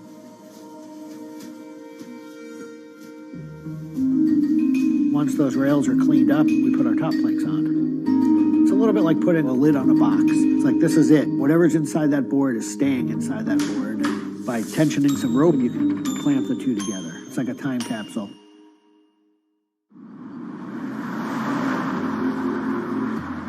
What makes our boards unique are they are built right here in New York. They're built using material that grows right here in the state of Maine. They're built 100% by hand by local craftspeople and surfers. There's a lot of time that goes into these boards, between 40 and 60 hours start to finish. We wanted to build surfboards that were as hollow as they could be, but still be strong enough to work well. Too light and they don't surf well, but too heavy and they don't surf well. So there's a balance point there, and that's where we try to be. Taking the board off the rocker table once the top has gone on, that is by far one of my top favorite parts. It's just you and a shaping stand, a board, and a hand plane. Everything else is out of your view. It's simple, it's pleasurable, it's quiet. You can be with your thoughts and you can just kind of be present. There's something about taking a nice sharp edge tool to a beautiful piece of wood and feeling the curls coming off and knowing that every pass that you're making, you're kind of getting it closer and closer to what you have in mind.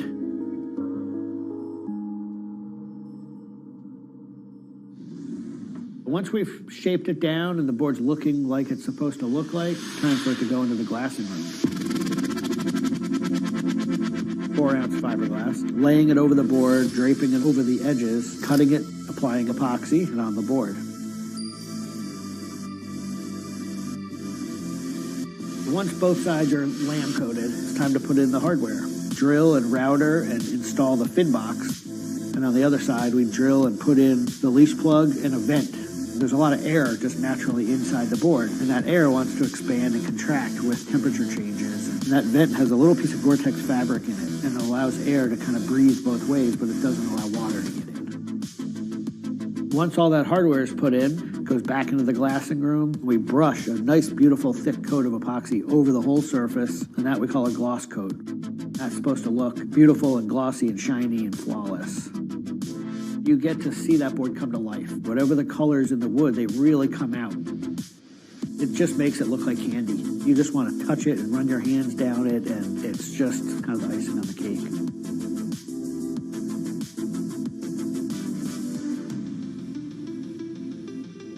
Once everything is hard, we put it into what we call the oven, get that epoxy to cure, really kind of bake it, and just get it to harden. Put in the fin, screw in the vent, and ship it out.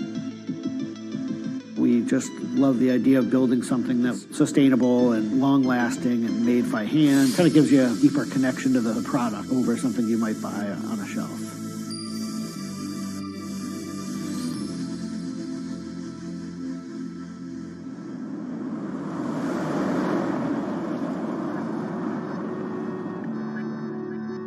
When a customer gets the board, they feel it. They 100% feel the amount of work and the amount of passion that went into the board. So I'm not really looking at hours and efficiency. We're looking at like doing it right and enjoying it as we go.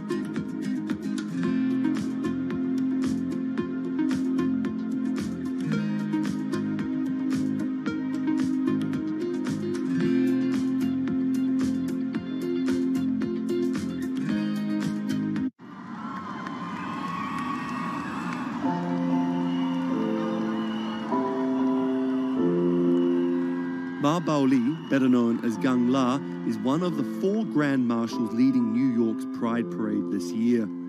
But in the country he comes from, being gay is still a social taboo. The CEO of a Beijing-based internet company is on a mission to improve the lives of millions of gay men in China.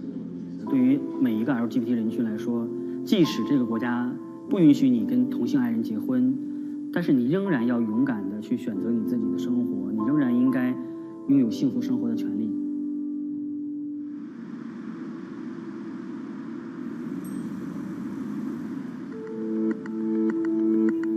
Ma's company Blue City runs an app and a website specifically for gay men. Blued is one of the biggest gay social networking apps in the world, with an estimated 30 million registered users. Unlike most other apps, Blued is more than just dating or hookups. 大家可以在我们这个软件里面找他自己的情感，然后可以阅读相关的内容，然后可以进行一些娱乐，比如玩游戏啊，比如看直播啊等等。Back in 2000, when Ma studied at a police school in northern China, he realized he didn't feel like everyone else.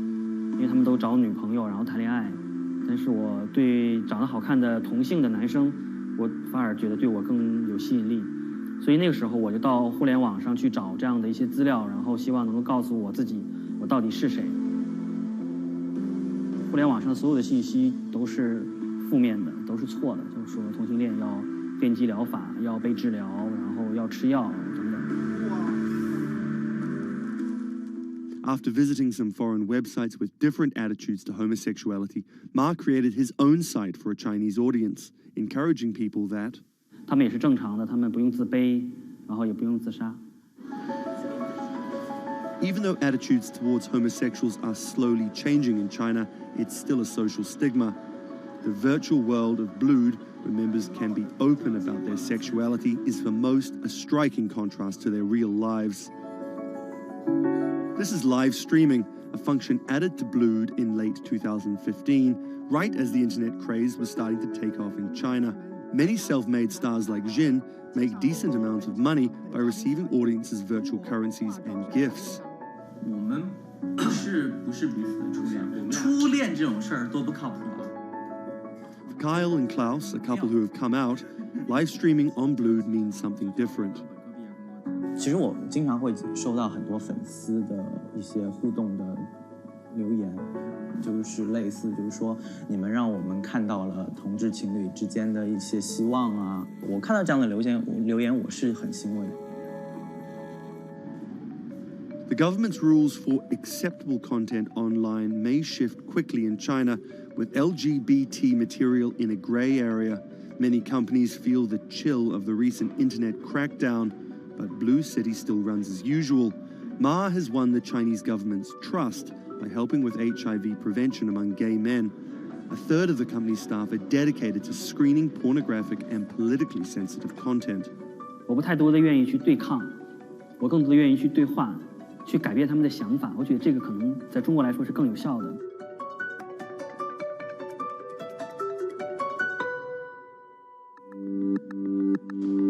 In the past 5 years, Blue City has grown from a team of 7 people to a promising business with about 250 staff. Ma said the company earned over $15 million last year, mainly through advertising and selling virtual currencies to live streaming audiences. Now the company is expanding overseas. 我希望吧，通过我们的努力，Blue能够成为全球第一家在美国纳斯达克或者是纽交所上市的这样的同质互联网公司。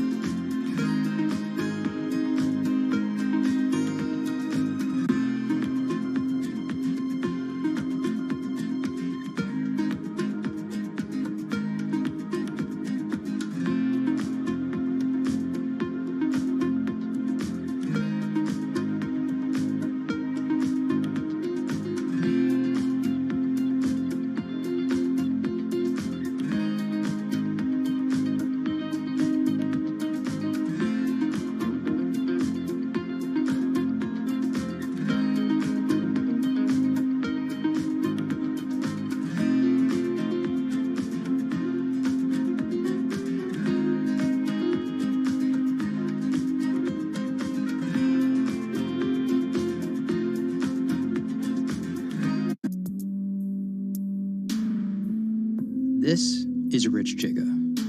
He's a Chinese rapper by way of Indonesia, and he's very popular on the internet. This is Joji. He's a Japanese-Australian singer, and he's also very popular on the internet. Plus, Joji invented the Harlem Shake meme. Let me say that again. This guy, Joji, in the blood bathtub, invented the Harlem Shake meme. But we'll come back to that. So Rich and Joji are both signed to 88 Rising, an entertainment company hoping to build a lasting global brand that will outlive singular moments of virality. They primarily create content combining Asian culture and hip-hop, a formula that apparently pleases the internet gods greatly. They've only been around for 18 months, but they're already putting up major label numbers.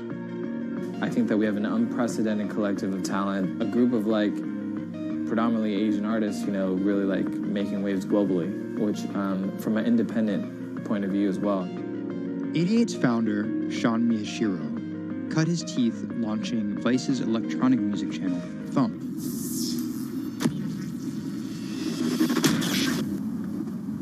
But quickly, Sean became interested in life beyond dance music.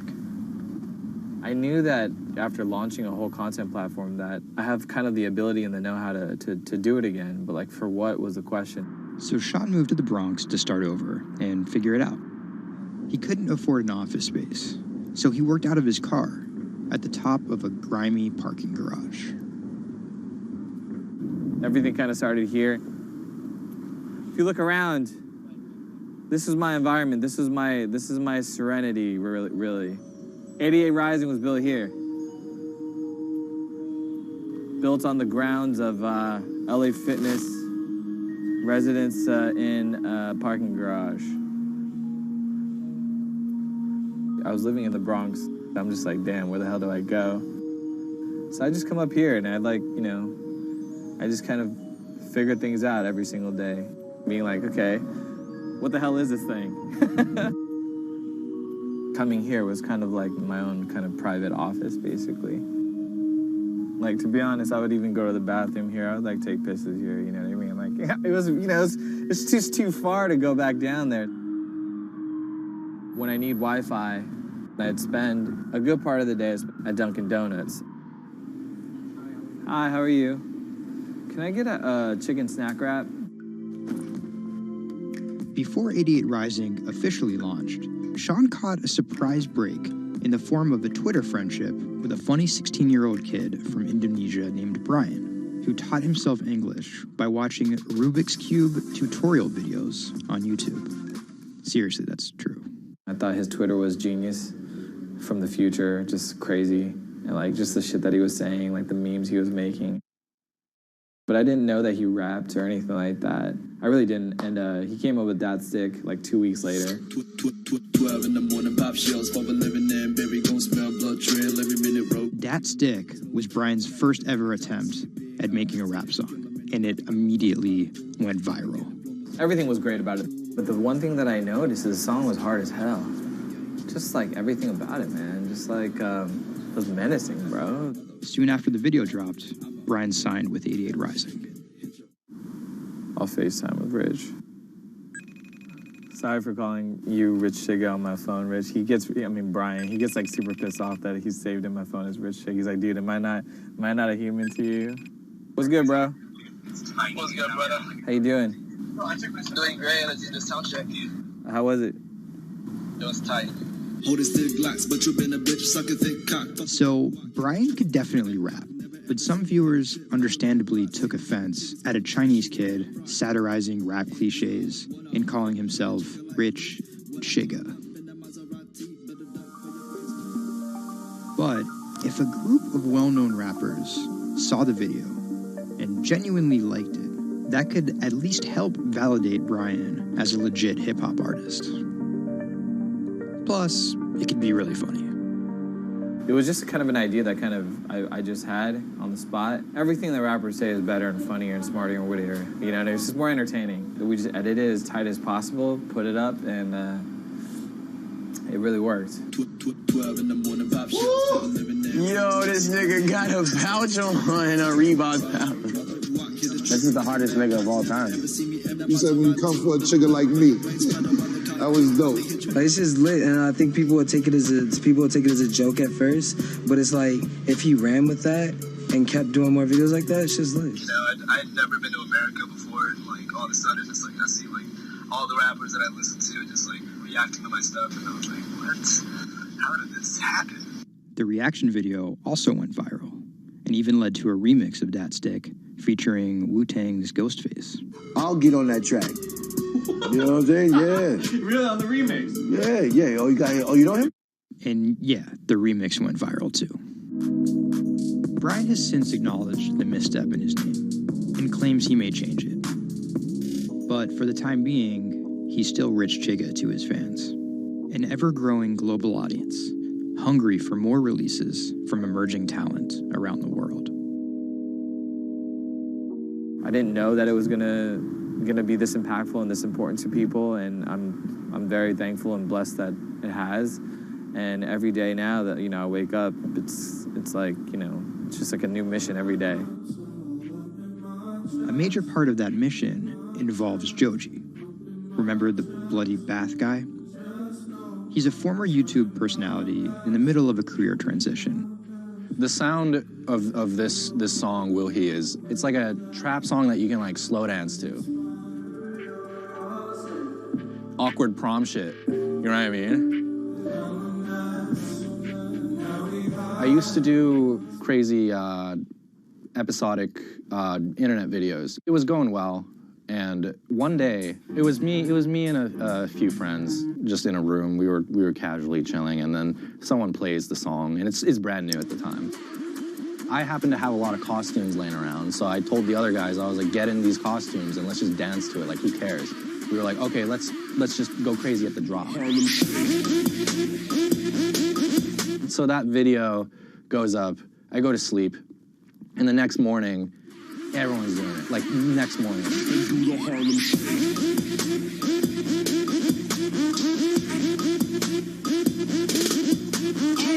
That taught me a lot about the internet, how people want to just be a part of something. And from that point on, something changed, and I was a little better at understanding demographics and people and, what they want to see and what they want to hear.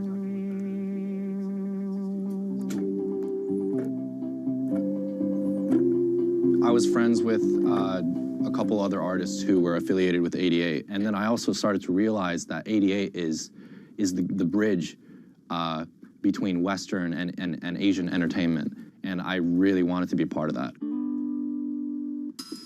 Joji just released the In Tongues EP, his first project as a serious artist. Joji's In Tongues record came out a couple weeks ago. It's #2 on Billboard on the R&B charts, which is crazy for, independent release, and he's like a brand new artist. And the success is even more impressive, knowing he went from creating something like this, It's just Taco Bell. What could possibly go wrong? to creating something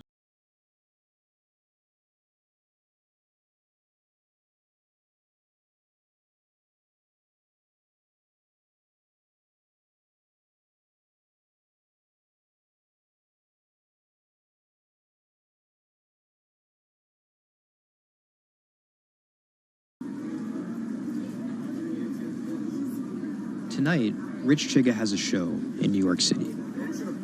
Tickets sold out in an hour. I came here, I'm first online. I was here at 1. I was the third person online. So why'd you get here so early? Because I want to see Rich Chigga. I want to touch him. What do you guys think of Joji? He's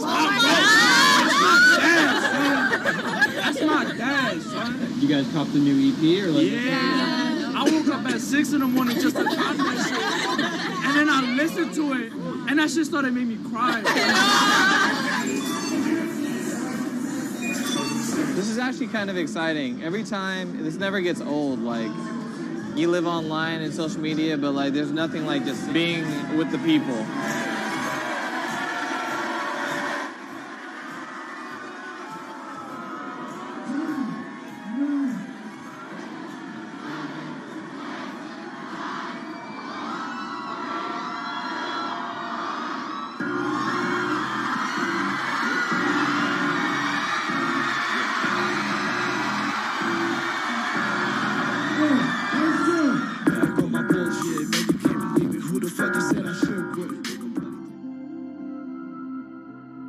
More often than not, viral success happens by accident. And then after an appearance on Ellen or Jimmy Kimmel, the creator's star power fizzles out. But Idiot Rising has figured out how to turn potential gimmicks into brands with an actual following that keeps coming back for the next thing. Oh, shit!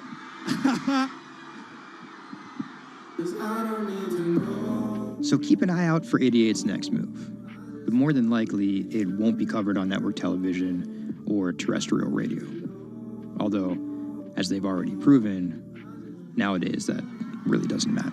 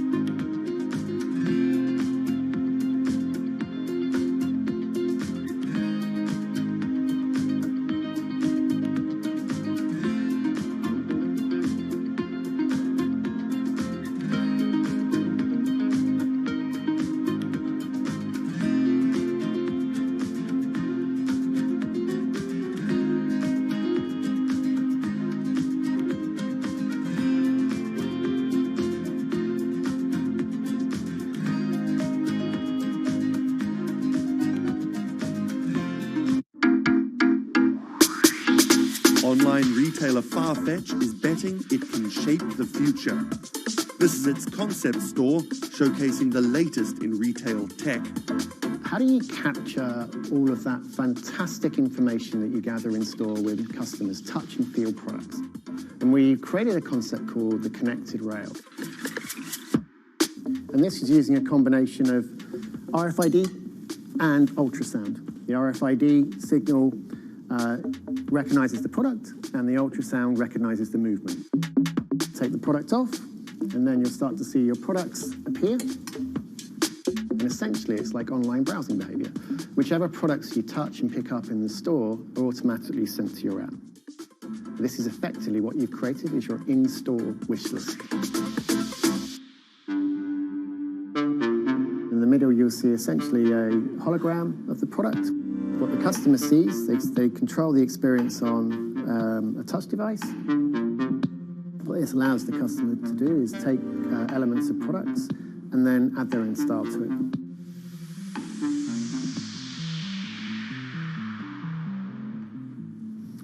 Right, so this is the connected mirror. So in this example, I see my products. I select a coat, and that's tried it, and it's slightly too big for me.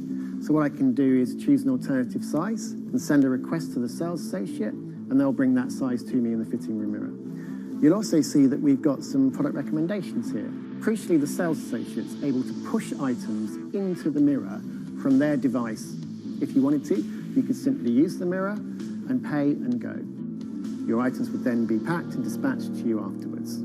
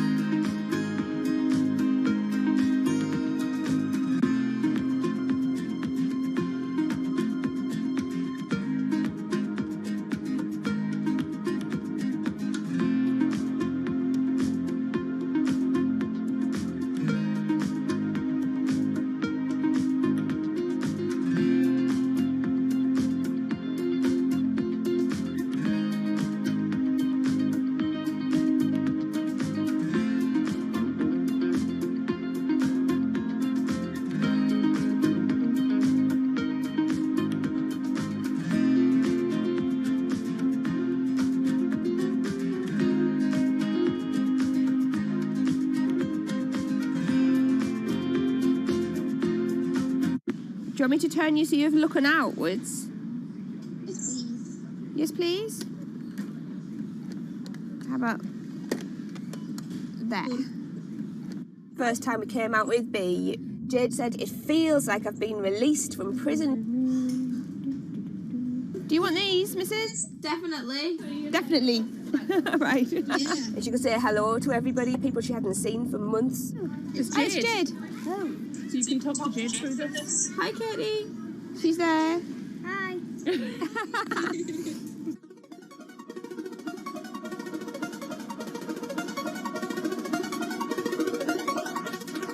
Every time anyone's seen her, they want to know why she's there. And it's kind of the opposite of when you're in a wheelchair and people see you and they kind of go, oh, should I look? I don't know what the right protocol is. When there's a tiny robot with its bright little eyes going around just looking happy everywhere, it really opens you up for conversation. You've got some friends here, look. Hiya! When I saw her for the first time, I remember thinking, this is going to change things. This is one of those points where if this was a book, this would be the cliffhanger.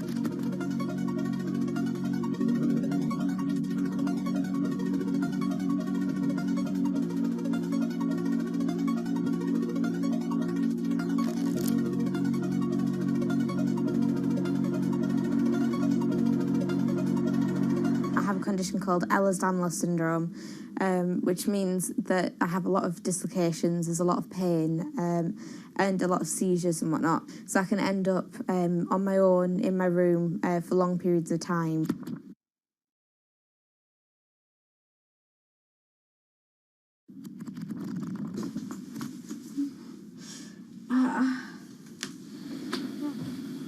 Yeah, my love. A lot of the time, with a condition like my own, of course there's the pain, and the pain is bad, and the dislocations are bad, and the seizures and being in paralysis and never knowing whether you're going to be able to wake up properly tomorrow, that's bad. But what's worse still is being able to count the number of people you see a day on one hand. Are you ready? Sure am, I'm just hoping the connection's going to stay. Yeah, me too. Alright, here we go.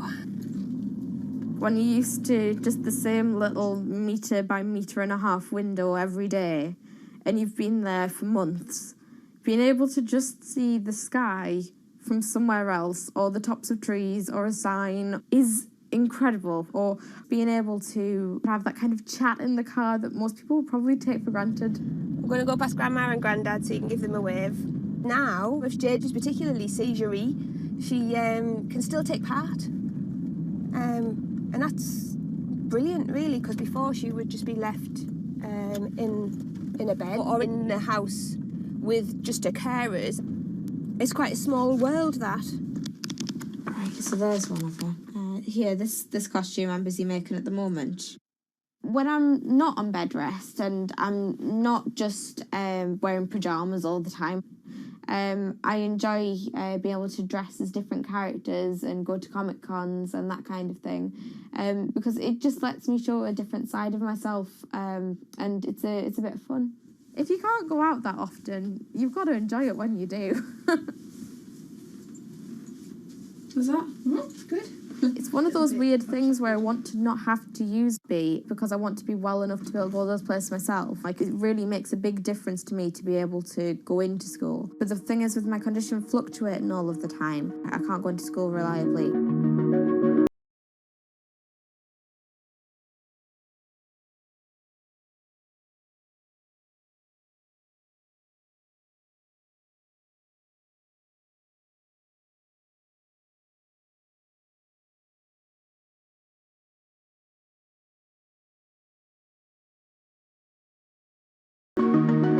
Today's the first day that I've been in school via B, and so far it's interesting. Still a few little things that we need to work out, but for the most part I think it's going fairly well. And it's brilliant because I can really tell the difference between today and yesterday. How yesterday I forced myself to go into school when I wasn't very well, and I was really tired afterwards and ended up having loads of seizures, whereas today I've been able to do all of the work. I've been able to keep a clear head and not be ill, which means I'm able to be more focused on my schoolwork. So there is my first step of working, is to simplify root 8. The algebra test is next week.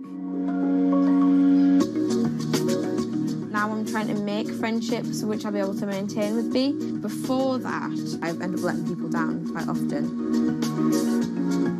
B gives me hope, yeah. She's just always there, and if I can't do something, she can. And if I need sort of assistance to be able to make commitments, then she's there, and she means that I feel like a more valuable person because I'm more reliable.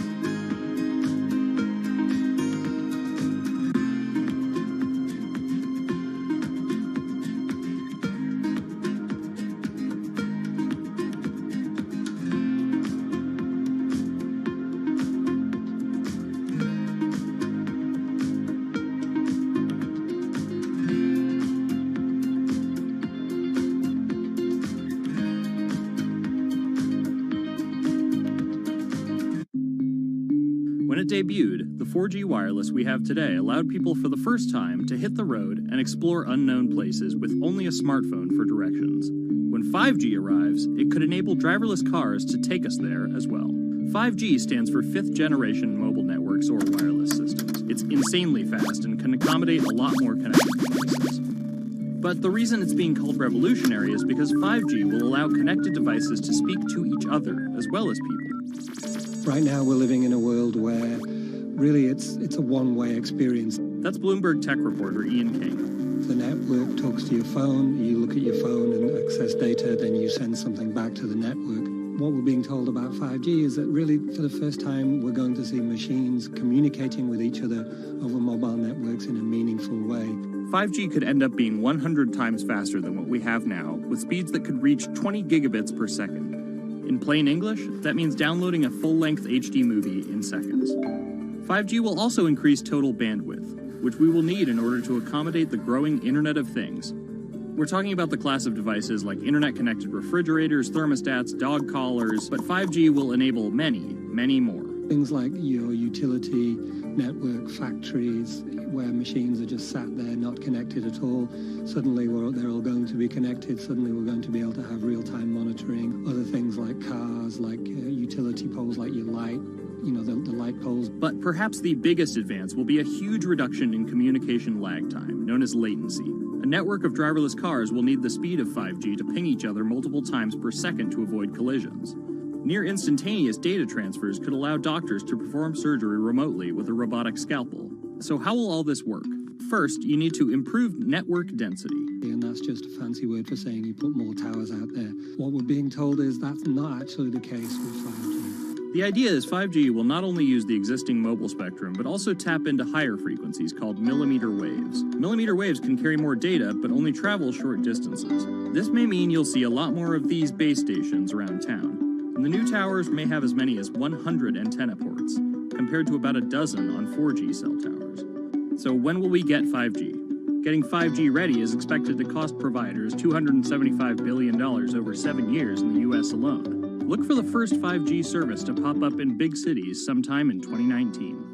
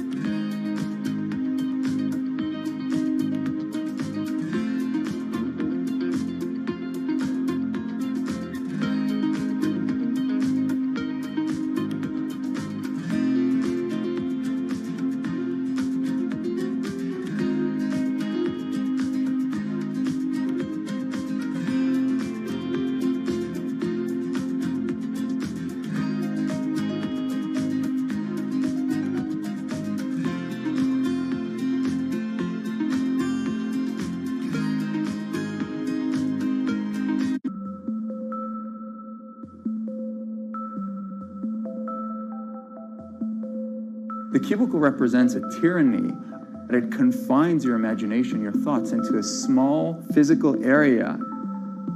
Imagine pretty much every software engineer or finance person being able to, disconnect from their desk and look at holographic monitors on a beach and doing their work from there.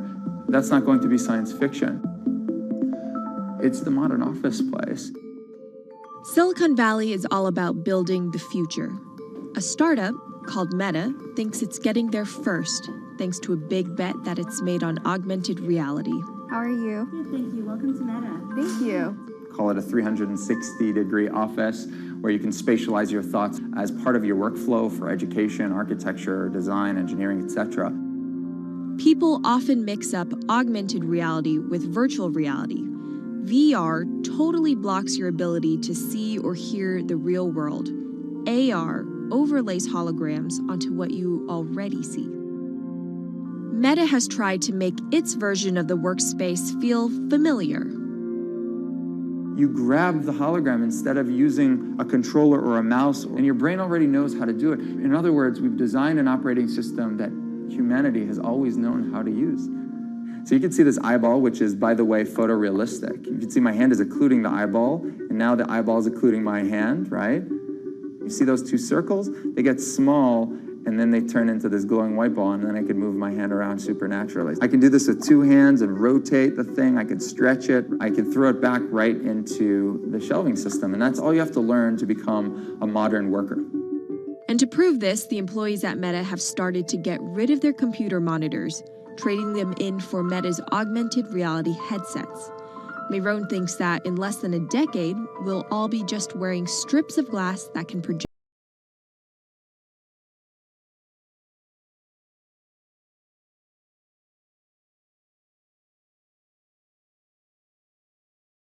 Everybody had computers on their desktop, but no one was using them because they had a lot of work to do. So they were still using typewriters. And at some point, the CEO took all the typewriters away and everybody was forced to use their computers. So it's very exciting to see a new generation of technology, a new paradigm.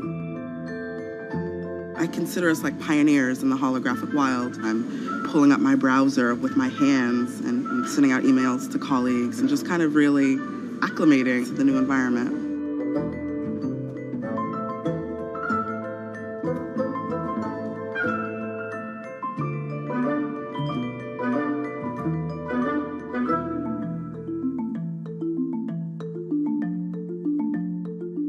Now you're putting on my computer, essentially. Our digital lives live on our phones. We have all of our pictures and notes and all these kinds of things. So, and why don't you write yourself a little sticky note? I like it. And go ahead and just take your fist right over the top of the sticky note and close your fist. And now... Oh, what? Meta's own transition to augmented reality has run into plenty of unexpected problems. And it's still going to be a while before you'll start to see these devices in your office. But I think it's a future worth waiting for. If we could see these holograms between us, we will have been able to share our work with one another more naturally, more efficiently, and more productively than ever before. Humanity will have evolved slightly.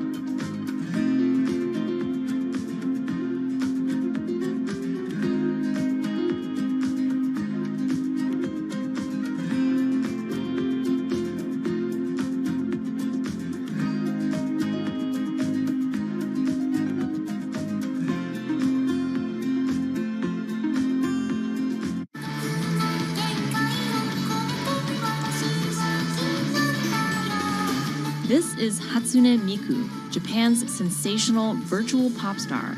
She's released over 100,000 songs in multiple languages and performed sold-out concerts around the world. Her image has appeared in games, on TV, in car races, and is even etched on the side of a Japanese space rocket. I came for Hatsune Miku, Carlos. She's Lady Gaga's favorite digital pop star and opened shows for her in the US 3 years ago. Tens of thousands of fans attended her exhibition and live shows near Tokyo recently. 理想のアイドルっていうと、どの曲でもミクはすごい綺麗に歌ってくれる。他没有缺点啊，没有任何让我们感到不开心的一些新闻。She's everything to everybody. That's probably why she's so popular. Miku's creator, Hiroyuki Ito, and his Sapporo-based company have been developing the virtual diva for over 10 years. 初音ミクとは、キャラクターとしてすごく、YouTube とかで検索すると、たくさんの初音ミクが出てくるんですけども、元々の、初音ミクのその原点は歌声を合成する、ソフトウェアなんです。Both the software and character are named Hatsune Miku, meaning the first sound of the future. Originally based on Yamaha's Vocaloid technology, Miku the software has a sound bank containing voice samples and a huge array of tools. You input the melody and lyrics, then Miku the character sings them.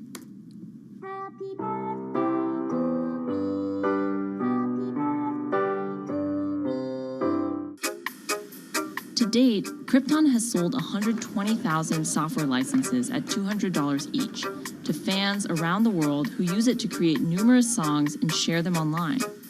Some of the fan-created songs are chosen to be part of Miku's concerts, for which they're paid a royalty fee.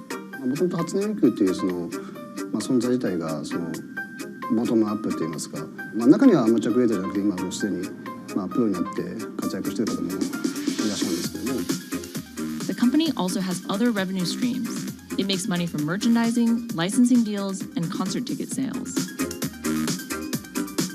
According to the real-life musicians who perform with Hatsune Miku, the virtual pop star is interesting and surprising. 今年で3年ぐらい、ちょうど3年ぐらいになってきて、ライブも数十本、数百本だったので、そういうことが演奏によって起こせるためのそういう器みたいな感じになっています。初音ミクらしさって僕はあんまりない。初音ミクって何だってあり。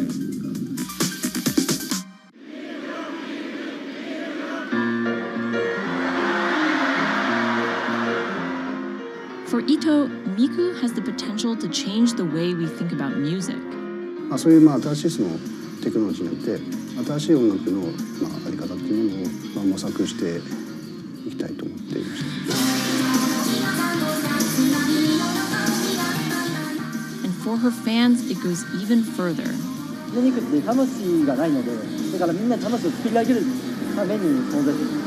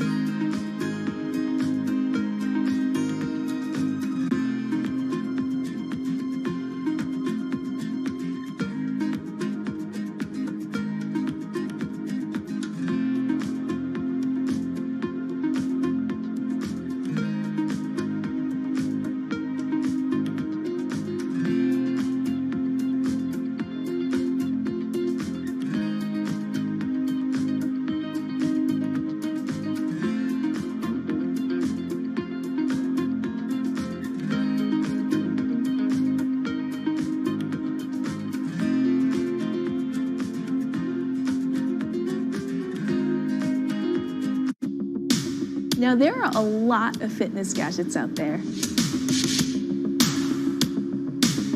In my quest to get fit, I tested 17 of them over the last few months. At least one personal trainer I know was a little bit skeptical. Yeah, I've been watching these new technologies come to the market for almost as long as I've been a personal trainer. They're just tricks and tropes. They're not much different than the Bowflex machines or, to be honest, the original Jane Fonda workout video. But some of these gadgets that are just coming to the market do so much more than what they used to do, just tracking your activities. Out of all of them, this chest strap was my favorite. It comes with a robot coach that points to the future, one where you might not need a human trainer at all. And it works like this. You wear the chest strap so that it can read your heart rate, and that connects to Move's free app that talks to you. Welcome to Move Heart Rate Hit Outdoor Running. Let's get moving and warm up in Zone 2. Move's computerized coach tells you what to do at that exact moment, whether you're running outside or you're doing body weight exercises indoors. Swing your arms faster to get your legs moving quicker. Let's crush this round. And by reading your heart rate, she knows exactly how hard you're working. She keeps you honest. Way to go, you are in the target zone. Keep pushing, you're almost at the end of the round. Don't give up. I've been running for 7 years now, and my biggest problem is that I never push myself hard enough. I end up going on the same slow, comfortable 30-minute jog, but the Move HR Burn blasted me out of that rut. By the end of these half-hour exercises, I was drenched in sweat in a way that I never am when I work out alone. Training with a real person is great, whether that's your group instructor or your coach or your personal trainer. But humans, they're expensive. For the rest of us, this $60 gadget is all you need.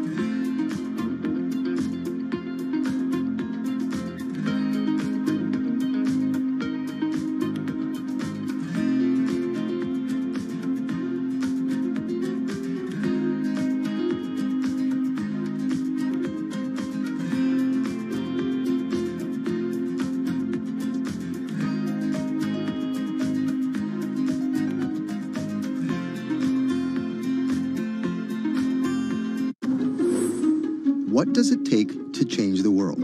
A big army? A cure to a pandemic? A revolution? All of these take either a lot of people, thousands of hours, or massive amounts of space. But for Julian Assange, all he needs is one room, an internet connection, and the world will listen. Assange is located here, and more specifically, right here. And from that location, he's posted government secrets, classified documents, and leaked emails from some of the world's most powerful people. And in doing so, has been labeled a hero, a villain, a nihilist, and everything in between. This is how an Australian programmer sequestered in the Ecuadorian embassy in London became one of the most influential and notorious people in the world.